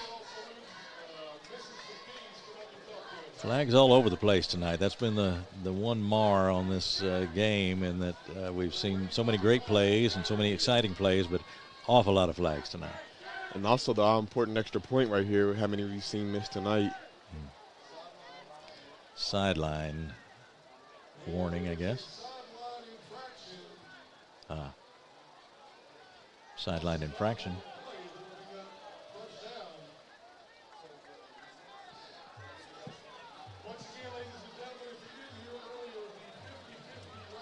We do have a penalty, but did we have a touchdown? It's still 33-19, so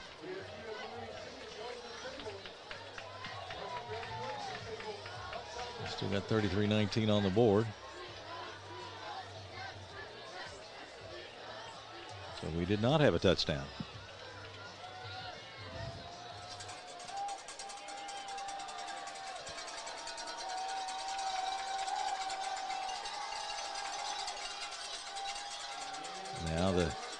snap, and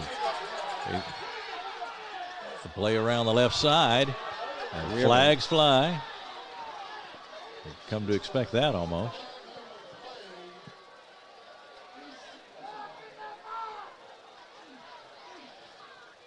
Now we're just going to have to wait and see how this one plays out. There's a lot of confusion going on. At least there is on my part anyway.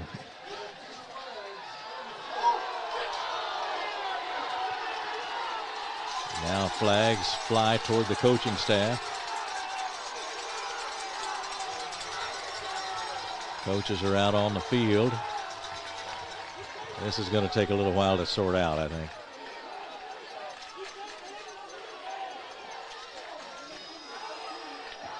Players are starting to bunch up out there. That's not a good situation. They've got to get hold of things. Okay, now the Woodford County players are coming over to the sideline or over toward Coach Dennis Johnson. Kevin Pearson meeting with the officials.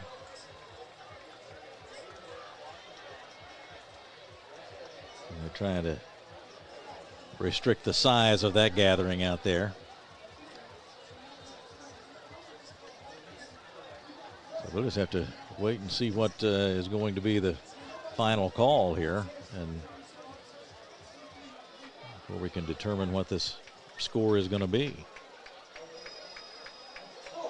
Now they're calling security people, it appears, over toward the officials.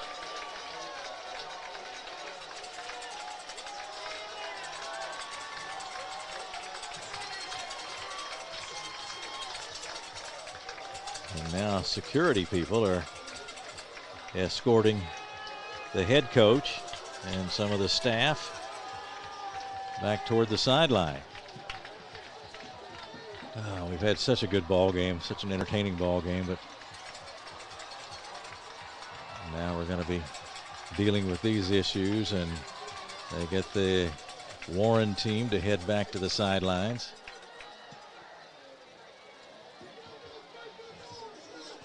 The officials talk it over.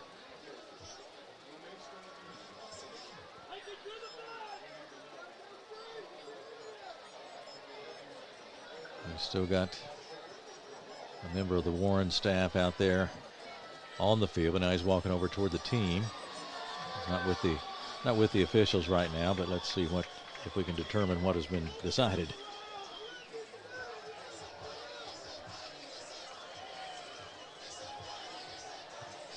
Now we have the lead official going to approach the Woodford County bench.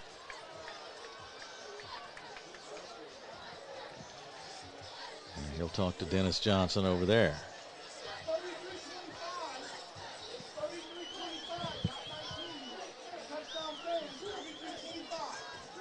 Okay, so they're going to say that the touchdown stands, which would have to change the scoreboard, which now reads 33-19. We had it at 33-25 a minute ago.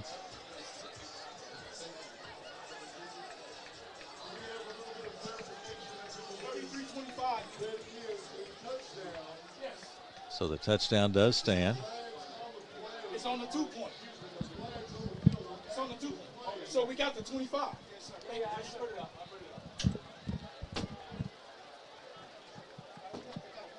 So it was 33-25, and the penalty apparently on a 2-point attempt, but it was hard to determine that it was a 2-point attempt because the touchdown hadn't been put up.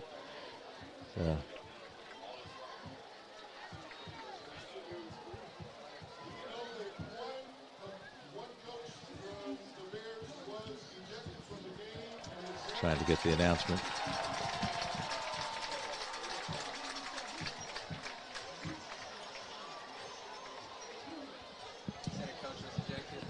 Yeah, one coach ejected from the Warren sideline.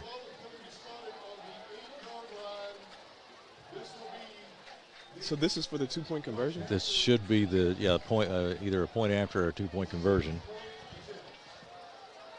And it will be, it looks like a 2-point attempt. It is 33-25, as we said first several minutes ago. And now We first thought it several minutes ago.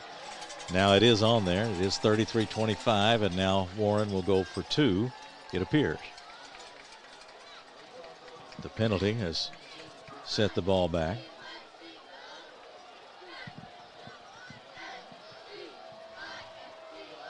And we'll have to have a little more talking first before we get back to football.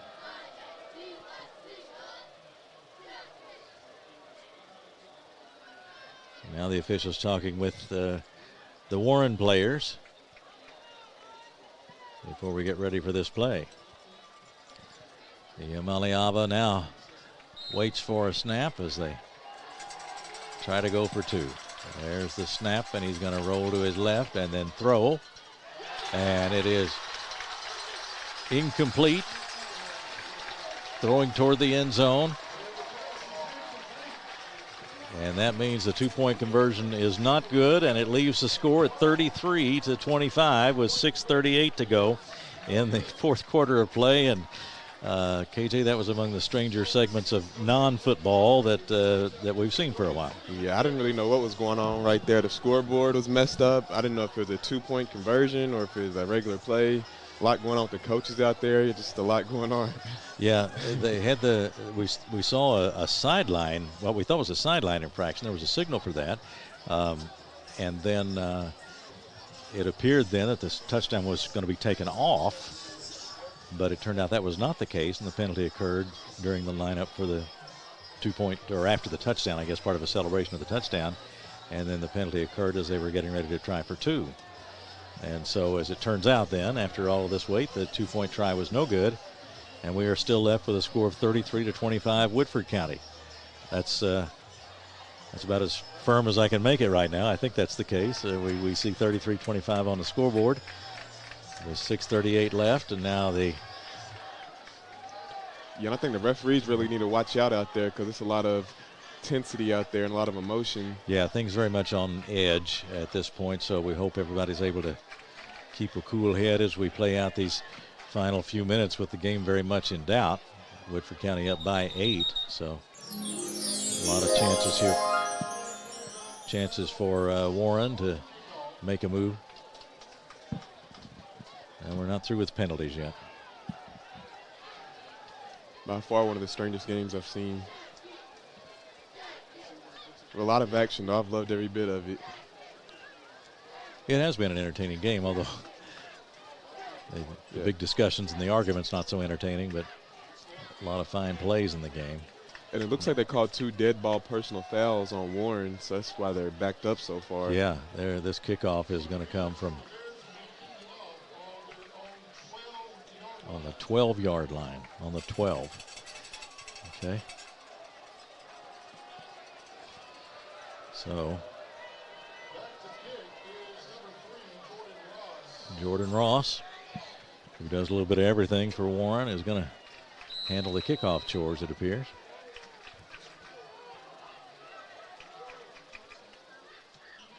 And he gets into one and drives it downfield, fielded at about the 38-yard line in Woodford County territory. Up across midfield, down to the 40, and the Jackets are going to be in good shape at the 37-yard line. Looked like Taylor who picked it up. It was, and he got back to the 37-yard line. Housey with the stop for Warren. And now the Yellow Jackets have a chance to extend that lead once again. Yeah, good boot right there. Good return.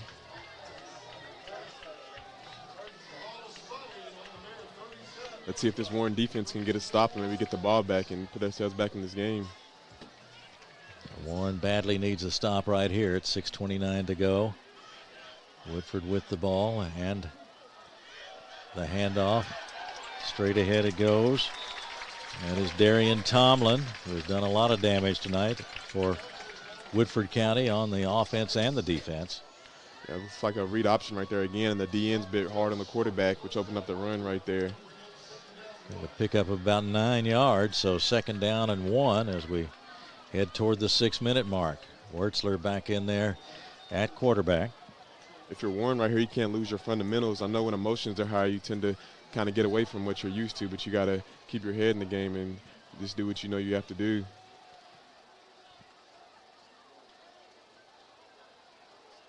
And movement across the line. Here's the handoff. It goes to Taylor coming around the right side. He is stopped there. Good hit right there by Sean Jones. He's able to get the first down first, though. But a first down carry. And now it's first down for Woodford County at the 25-yard line. Just inside the 25. They lead by 8. If you're Warren here, you know they're going to run the ball, but you don't want to sell out too much on the run, but you want to definitely be prepared for it and try to get that stop.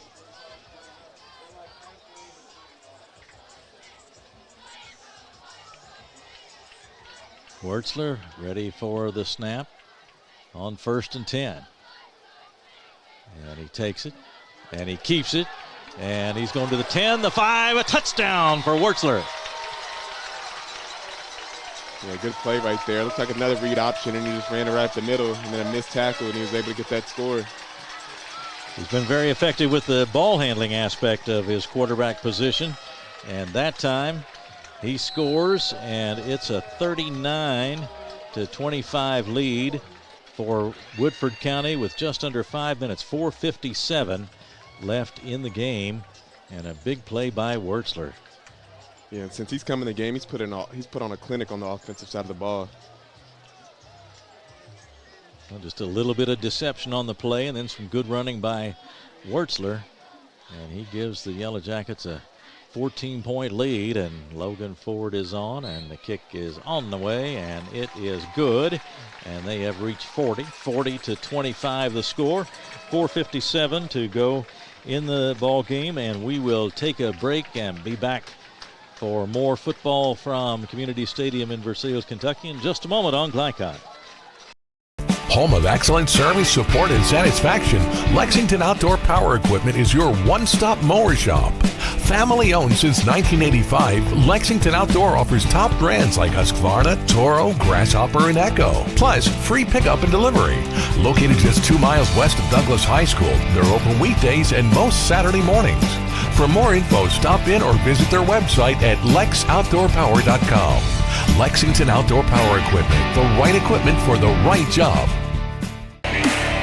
You're watching Central Kentucky High School Football on Glycod.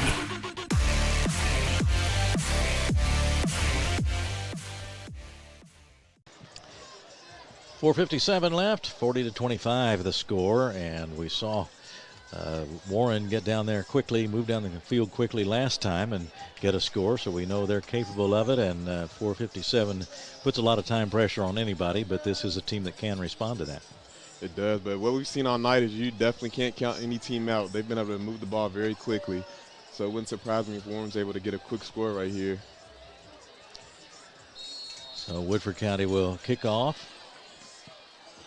Logan Ford, who's had a lot of kicking duties tonight, boots the short one and picked up by Brown. He's got it and may have bobbled the ball a little bit, but he got back to the 34-yard line, so pretty good coverage there by Woodford County on the short kick. Yeah, because Warren's been able to get some good returns, but yeah, really good coverage right there and not allowing anything. So now, if we've seen them hurry before, we'll probably see it turned up even another notch now as they need a couple of scores with 4:54 to go. Strickland is back in there at running back.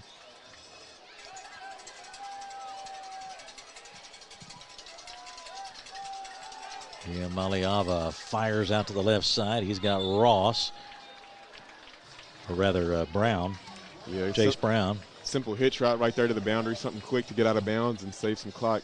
Good gain right there, though.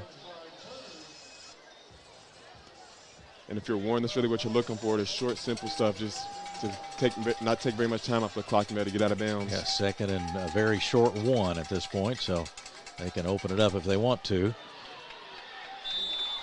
He fires quickly out to the left side. That's Brown again, wrestled down at about the 44-yard line, but that'll be a first down. Yeah, and they hit Brown on 2 quick hitch routes right here, so it wouldn't surprise me if they try to hit the cornerback on a double move over here and try to get that deep ball. Maliava gets the snap and hands to Strickland, and they were ready for him this time. Strickland's had some good gains tonight, but they wrapped him up quickly on that one. Leighton Starks among those on the tackle for Woodford County.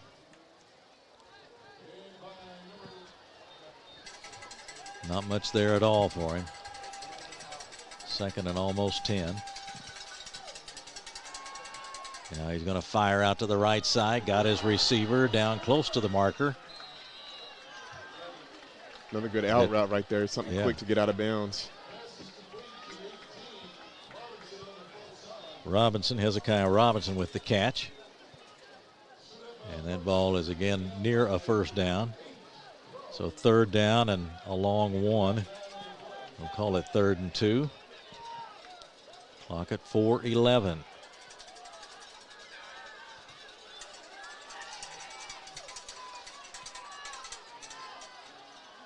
Maliava runs to his left, being pursued and brought down from behind. Leighton Starks in there again. Yeah, really good pursuit right there. Starks has really made an impact on the defensive side of the ball in the second half.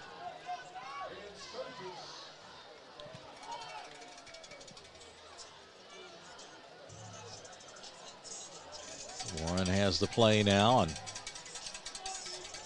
if you're Warren here, you need to put a little bit of pep in your step and get that play in. Maliava, he's ready to go. And now whistles blow before they can start to play. And did we get a timeout? Yeah. Good timeout right there by Coach Johnson. Woodford County.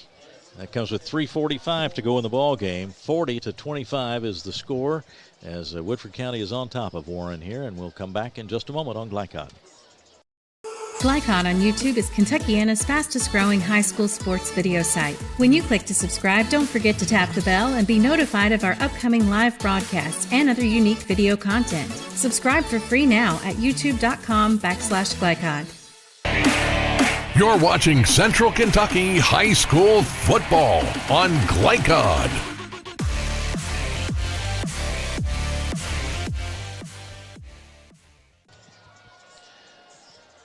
Keith Elkins along with KJ Jones, Brenton Covington, our producer, and Evan Collins on camera tonight. We've had an enjoyable, entertaining game that has seen a bit of everything, both football-wise and some non-football stretches there, too, as they had to hash out the call after the Warren touchdown a while back and resulting in the ejection of a Warren coach. And right now we've got 1st and 10 for the Bears at the 34-yard line.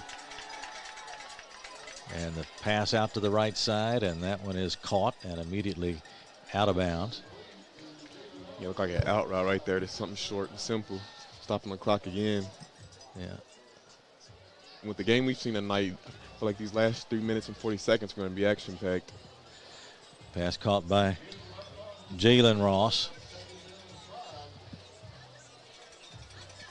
2nd down 5 now for the Bears, and they'll line it up at about the 29.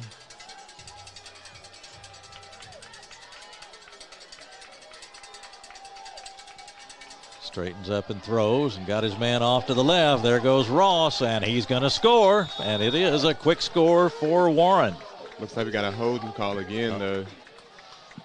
Well, bring it back then.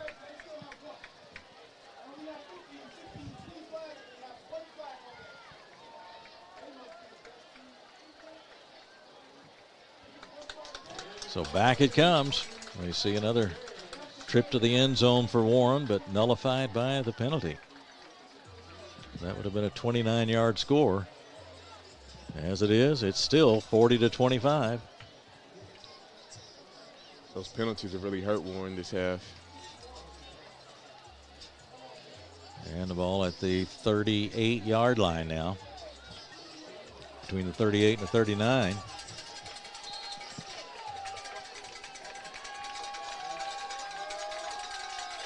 Now about 15 to go for that first down.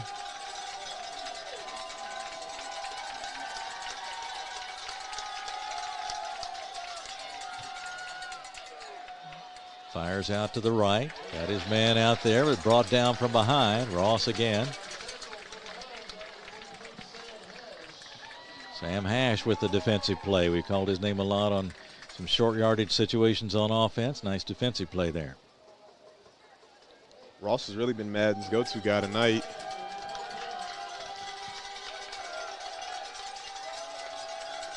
Drops back and fires, and the catch is made. That's good for a first down. Tackled immediately down near the 20.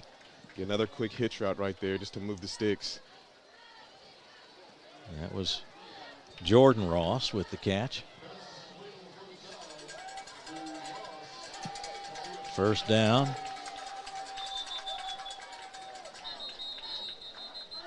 And the whistle blows, and I think we're going to get a timeout here, aren't we? Looks like it. And Woodford County calls the timeout. The ball spotted down there at about the 22-yard line. So a timeout, Woodford County, with 2:46 to go.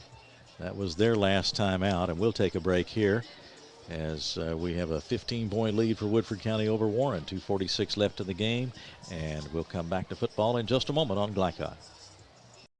Home of excellent service, support, and satisfaction, Lexington Outdoor Power Equipment is your one-stop mower shop. Family owned since 1985, Lexington Outdoor offers top brands like Husqvarna, Toro, Grasshopper, and Echo. Plus, free pickup and delivery. Located just 2 miles west of Douglas High School, they're open weekdays and most Saturday mornings. For more info, stop in or visit their website at lexoutdoorpower.com. Lexington Outdoor Power Equipment, the right equipment for the right job. You're watching Central Kentucky High School football on Glycod.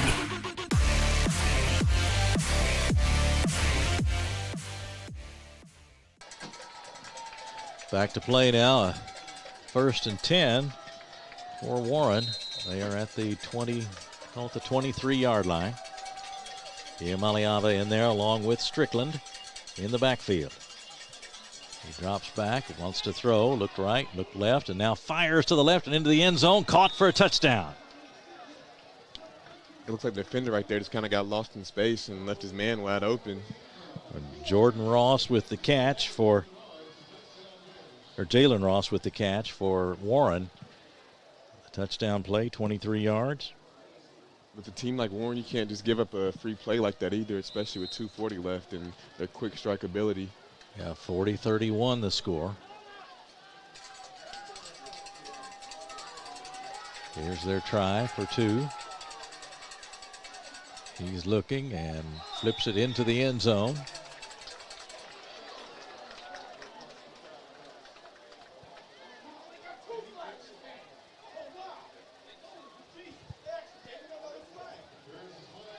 Now we got a flag on this play.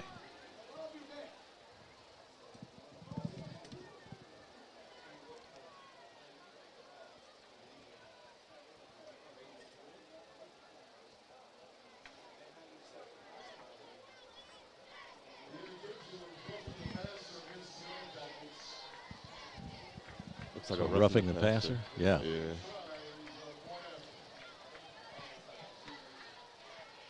Score stands at 40-31. And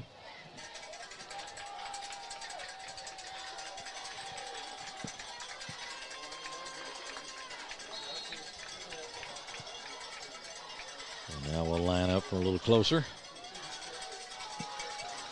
And they'll try again. Snap. And the throw to the back of the end zone, and it is caught, and it is good for on the 2-point try. And they have picked up the 2 points. Those Ross brothers have really put on the show tonight for Warren. That was Jordan, I believe, Jordan Ross with the catch on that one. A nice catch in the back of the end zone. And it's now 40-33 with 2 minutes and 40 seconds left to go. And we'll take a break, come back with the kickoff in just a moment on Glycod. Glycod on YouTube is Kentuckiana's fastest growing high school sports video site. When you click to subscribe, don't forget to tap the bell and be notified of our upcoming live broadcasts and other unique video content. Subscribe for free now at youtube.com/Glycod. You're watching Central Kentucky High School football on Glycod.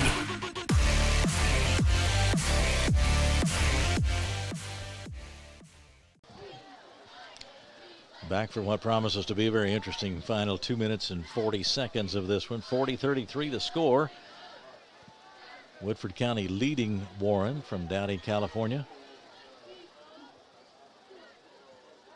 We saw Iamaliava with a nice pass to Ross for the 2-point conversion, and he's got the Rosses to throw to and fine arm to deliver to them, and they can make the catches, even the difficult ones.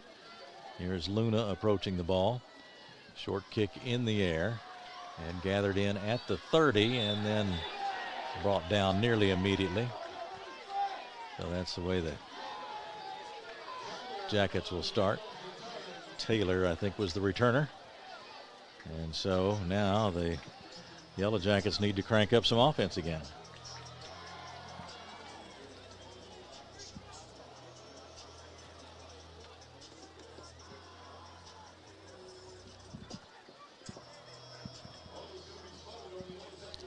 Well, you can't get too conservative, but obviously you don't want to be reckless here either. You got to find a happy medium, and it's not easy to do.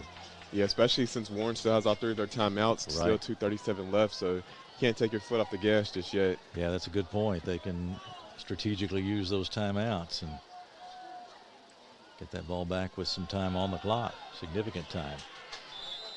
JT Houston in there for a big play defensively for Warren. Yeah, good play back there. They knew the run was coming and got right back there. And if you're Warren, you just have to stay sound on defense. Can't make any mistakes right here, so it's a crucial point in the game. I think they just took one of their timeouts, so they've got 2 left. So we will take a timeout as well, and after this break, we'll be right back with more on Glycod. Home of excellent service, support, and satisfaction, Lexington Outdoor Power Equipment is your one-stop mower shop.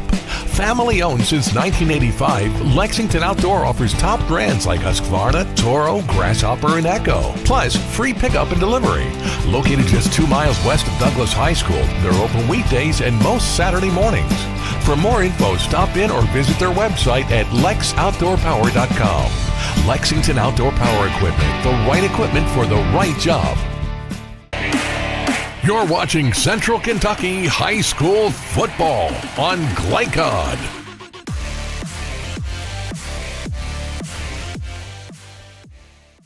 The football, 2nd and 10 at the 33-yard line. Coming to the right side and nothing at all there, and the Bears really had that one played well. Yeah, jet sweep right there, and they were right on it. And if you're Woodford County, looks like you're getting really conservative. And you don't want to put the ball back in Warren's hands, especially with the kind of offense that they have. Yep, they've got a timeout now as they have 1 left, 2:24 to go, 40-33 the score. Woodford County on top. We'll be right back on Glycod.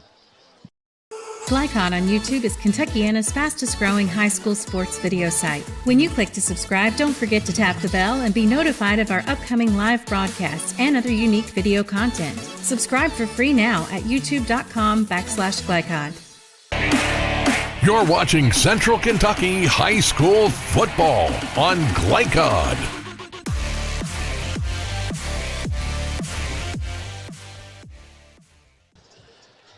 .224 left. It's a 3rd and 16 situation for the Yellow Jackets, and we'll see how they play it here. Again,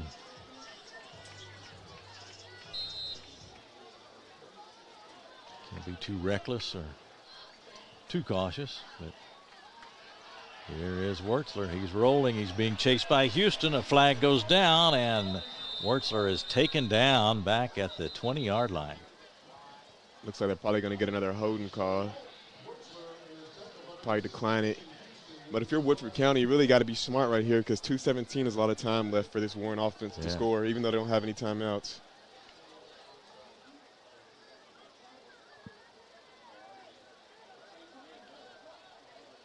So we'll have a conversation over near the sideline again.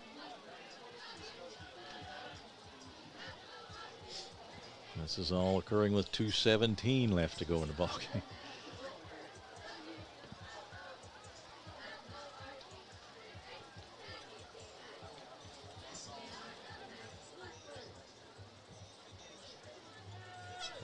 watching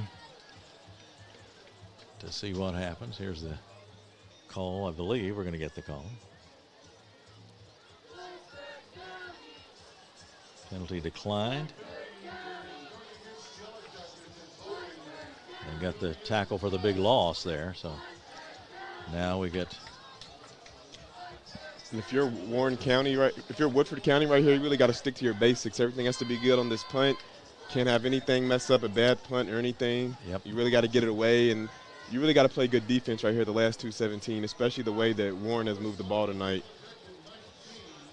It'll be from the 19-yard line. Logan Ford, who has done so much kicking tonight, will be asked to deliver a good punt, and it'll be punting into the hands of possibly of Jordan Ross. It would be a dangerous return man, but we'll see how Ford tries to handle the kick here.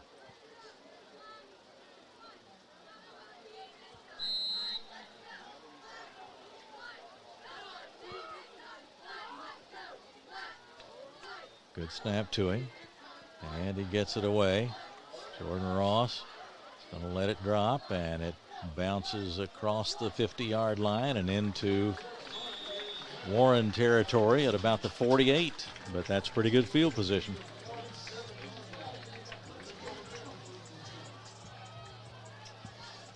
Going to see Warren's 2-minute offense right here and see what they can come out and do. So 2 minutes is a lot of time for offense to work with, especially with half a football field. But no timeouts left now, so let's see how they approach it. I think we'll see short, quick throws right here. Maliava back in their quarterback, of course, and that's Strickland standing next to him.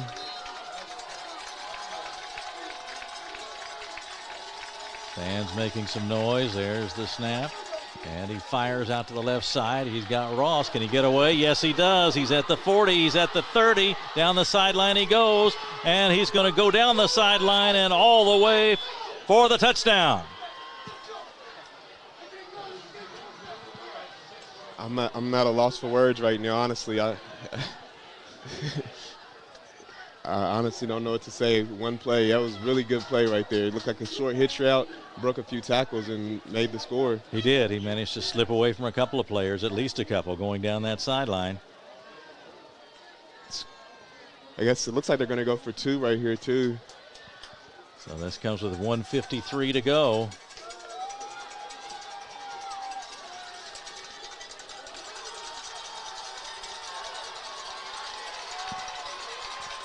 Maliava.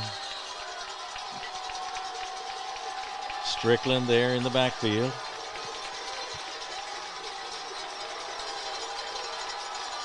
Crowd roaring. Here's the snap. He looks. He's going to scramble to the right. He's still scrambling. He throws toward the end zone, and it is broken up back there and incomplete, and the two-point conversion fails. And Woodford County is left with a 1-point lead. Really good comeback effort right there, though. The game's still not over, though. Still a minute 53 left. Still got to be stout on special teams right here. Wow. You know the onside kick is coming, so you got to have your hands team out there and be ready. Yeah.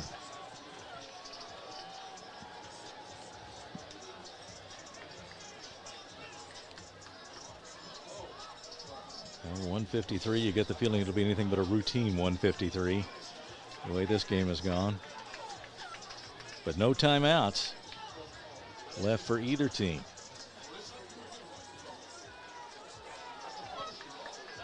Got to have some sure hands in there now, don't you? Yeah, for sure.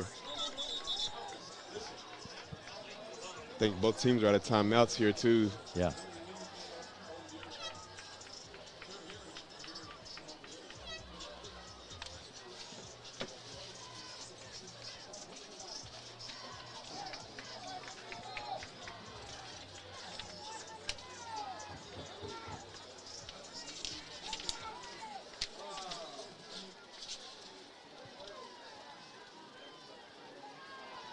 We've already seen one onside kick recovered tonight. So you really got to be focused right here if you're Woodford County. Yeah, absolutely. They are ready. So is Warren.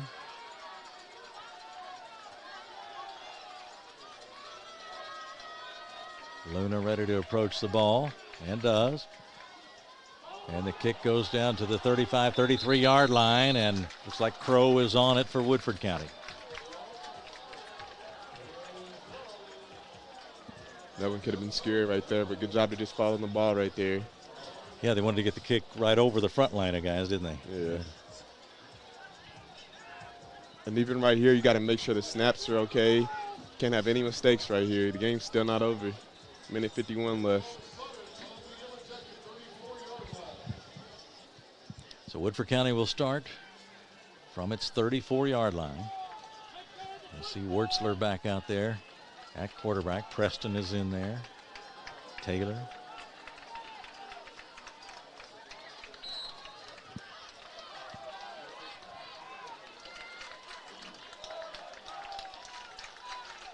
First down play coming. And Wurtzler's going to keep it. And he's across the 35 to about the 37-yard line. And having Wurtzler in there with the good hands and the quick feet, that's probably a pretty good weapon to have in this situation, isn't it? Yeah, definitely. It looks like they're not going to just go in the kneel-down formation. They're still going to actually run some plays. Quarterback option right there. Yeah, minute 29 to go. And the clock running now, of course, with no timeouts left for either club.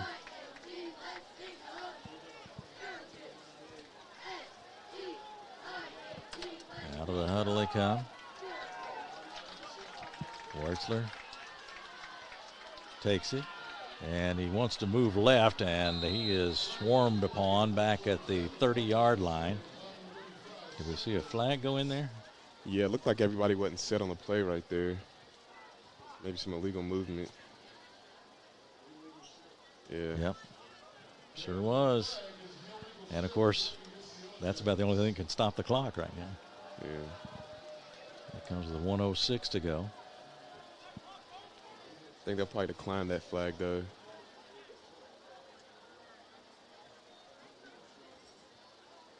And it is declined.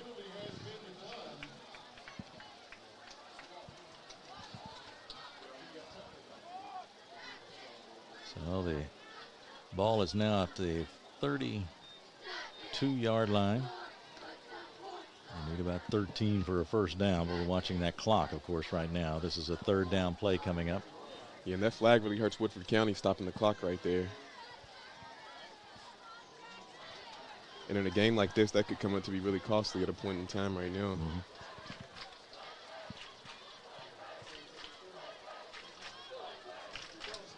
So we're waiting for play to resume. And discussions with the coaches on either sideline.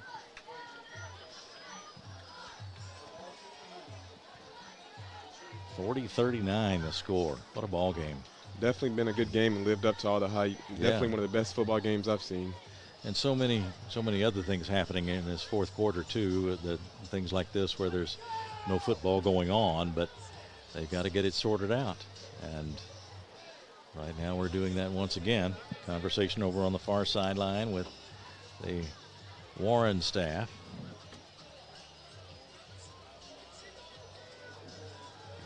And if Warren County doesn't, or if Warren does end up falling in this game, it was a hard-fought game. This would be a tough one to lose too, especially by 1 point. Fighting back down 14 in the fourth quarter. The officials conferring. Been a lot of that in this fourth quarter too.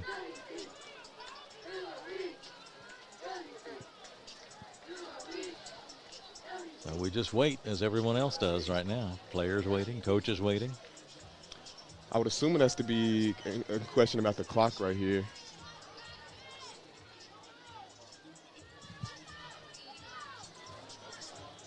Oh, he's still got coaches on the field.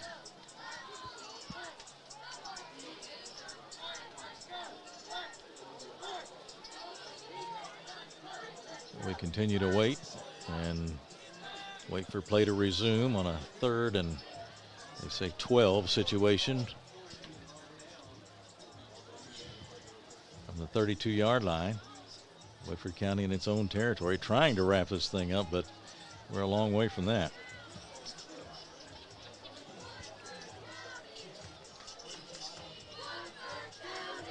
The coach is now leaving the field.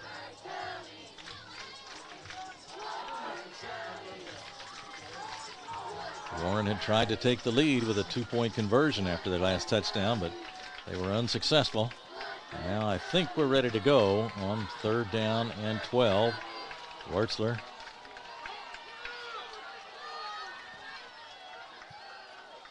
has it now and goes straight ahead with it. He's stopped immediately. He's stopped about the 30-yard line. Now the clock runs. And it looks like Warren should get the ball back maybe at about 30 seconds left here. Mm-hmm. Yeah, they will have an opportunity, it appears.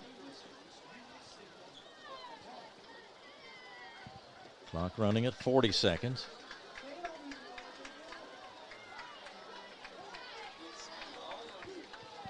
They're just going to let it run down, looks like. 30 seconds, 29.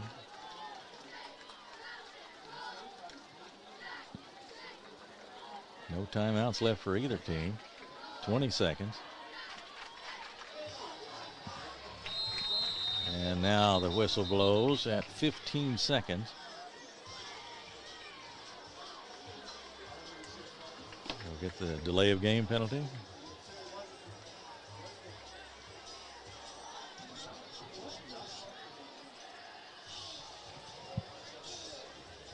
So they march it back 5 yards. And Logan Ford will be called on again to deliver a punt with only 15 seconds left in this ball game.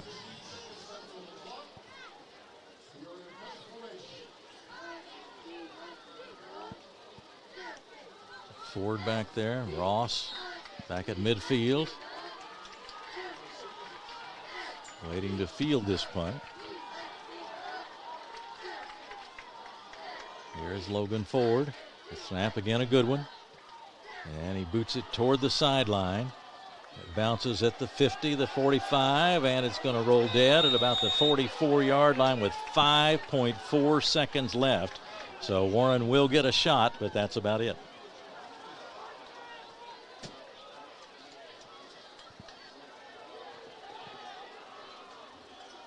Looks like they might have enough time for maybe a Hail Mary right here. Mm-hmm. Well, they've got the personnel to do it. The quarterback has the arm. They've got some speed receivers out there. So if you had to have a Hail Mary, you'd like their personnel for that play. And that's the situation they're in right now. And you got to make sure not to get any pass interference calls or anything right here as well. Yeah, 44-yard line is the line of scrimmage, and one last opportunity coming for Warren. Kiamaliava with Strickland in the backfield, but we'll be looking downfield on this one. Kiamaliava runs right, stops. He's looking to set to throw. Now he does set, and now he fires it downfield toward the end zone. And that ball is knocked away, and that's the ball game. And Woodford County has won it. 40-39 was the final, and this ball game went down to the very last play, and he got set up, KJ, and he was able to put his whole arm in there, and he delivered that ball to the end zone. Yeah, it's a really good ball right there. I was holding my breath right there because the way this game went, anything could have happened right there. This game really did go down to the very last play. I don't think you could ask for a much better game on this fine night right here. Well, it was a very exciting game and a lot of entertaining plays and some disputed plays, of course. The coaches, very competitive people, and they got into some arguments tonight with the officiating crew, and there were a lot of penalties called in the ball game too. So that will be a part of this ball game as well, as will a lot of these highlight plays that we saw. But it's a Woodford County win. 40-39, the Yellow Jackets win it tonight, and we will begin our post-game show in just a moment. Back after this on Glycod. Folks, this is Duke Owens, General Manager here at Cartown Kia. We have new Kias arriving daily, and I have over 20 lenders that want to approve you. So come and see us here at Cartown Kia, or look us up online at Cartown Kia USA.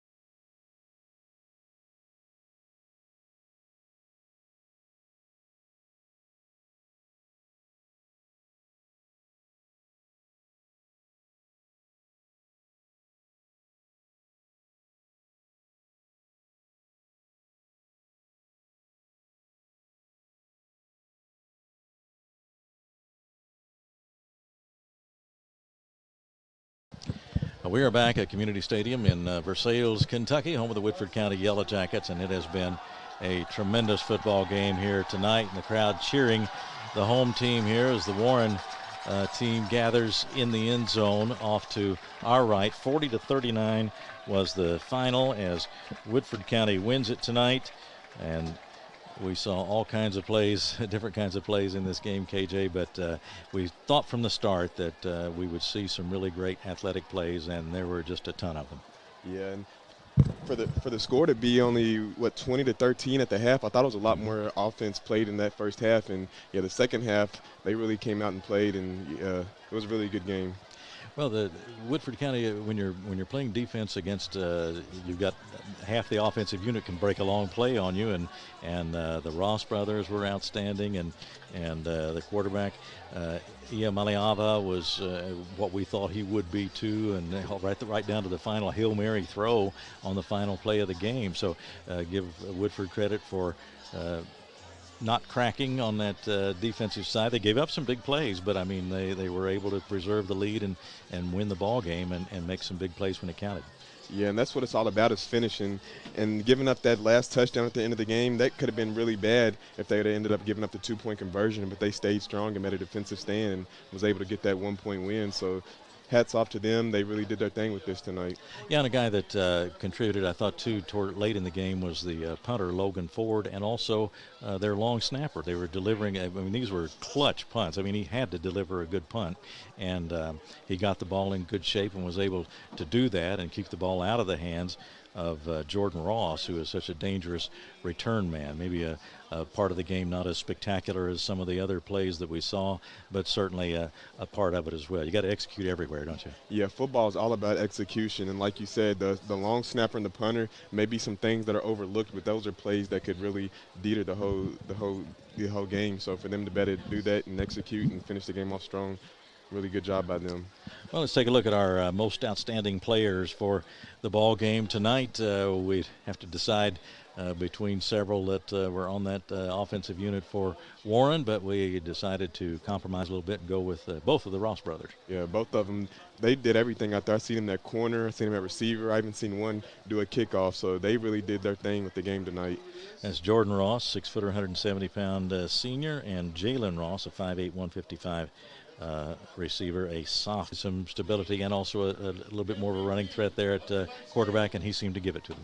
Yeah, and you can't ask for a better performance from your backup quarterback, because the offense looked really stagnant, and he came in and scored 33 points coming in the second quarter, and being able to put up that many points, really good. So hats off to him, really good player right there. Yeah, and he did, we mentioned his running ability, but he did deliver some good throws too. And so Woodford County puts 40 on the board tonight and wins it 40-39. We'll take a break and come back and wrap things up here in just a moment on Glycon. New recruit, take advantage of our apprenticeship program. Come out of our 4-year course debt-free. With health insurance, a guaranteed pension, a degree, and an electrical license. 3 words I'd use to describe the apprenticeship are opportunity, skillful, educational, solid career path, Rewarding, beneficial, and a brotherhood. A life-changing opportunity. The cost of school is free. All your books are paid for. You go to school once every 2 weeks. All the other stuff is on-the-job training. The teachers here are great. They're all very, very knowledgeable. They're preparing you for what you're already seeing in the field. You're struggling with something at school, sometimes your fellow students can help you through that. Everyone's willing to help each other. It's like a big family. I love being a part of a union, something bigger than myself. This field is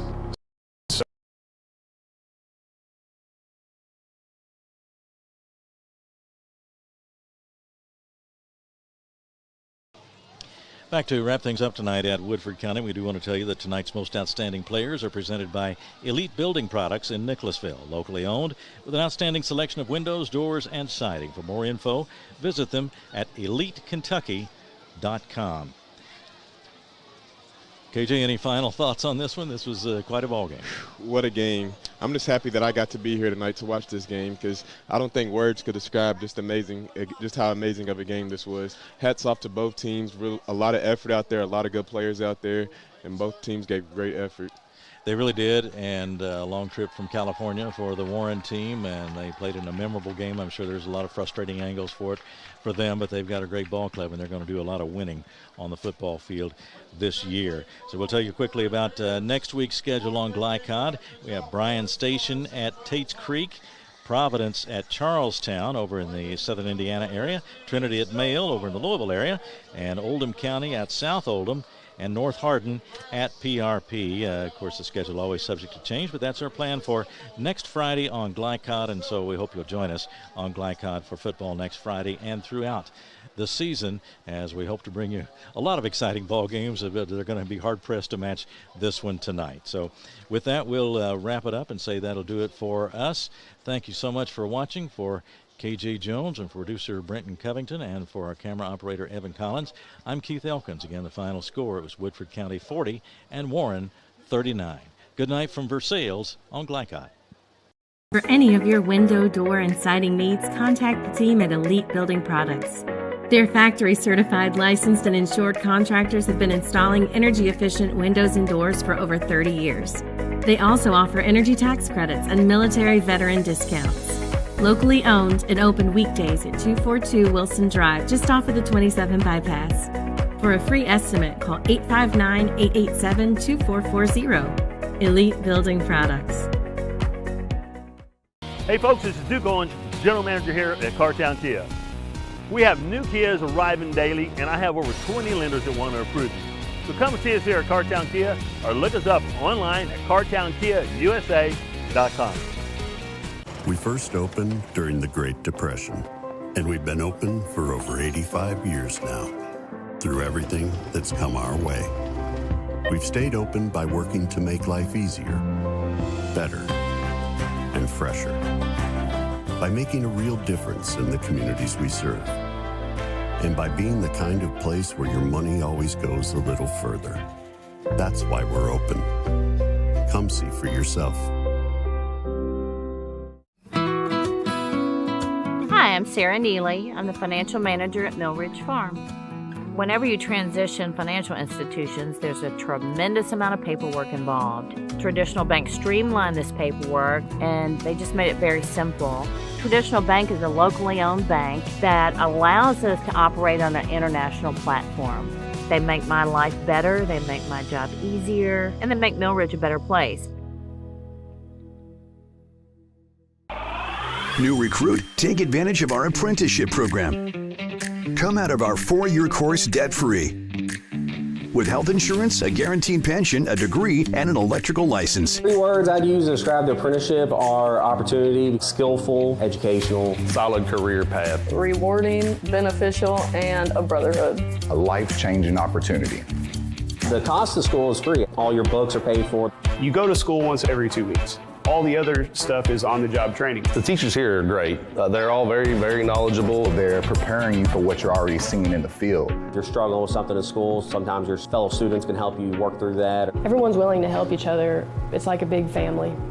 I love being a part of a union, something bigger than myself. This field is so vast. You can find something that you really love to do because there is so much you can do with it. I went from a job to a life-changing career. Power up your potential with the IBEW. You're watching Central Kentucky High School Football on Glycod.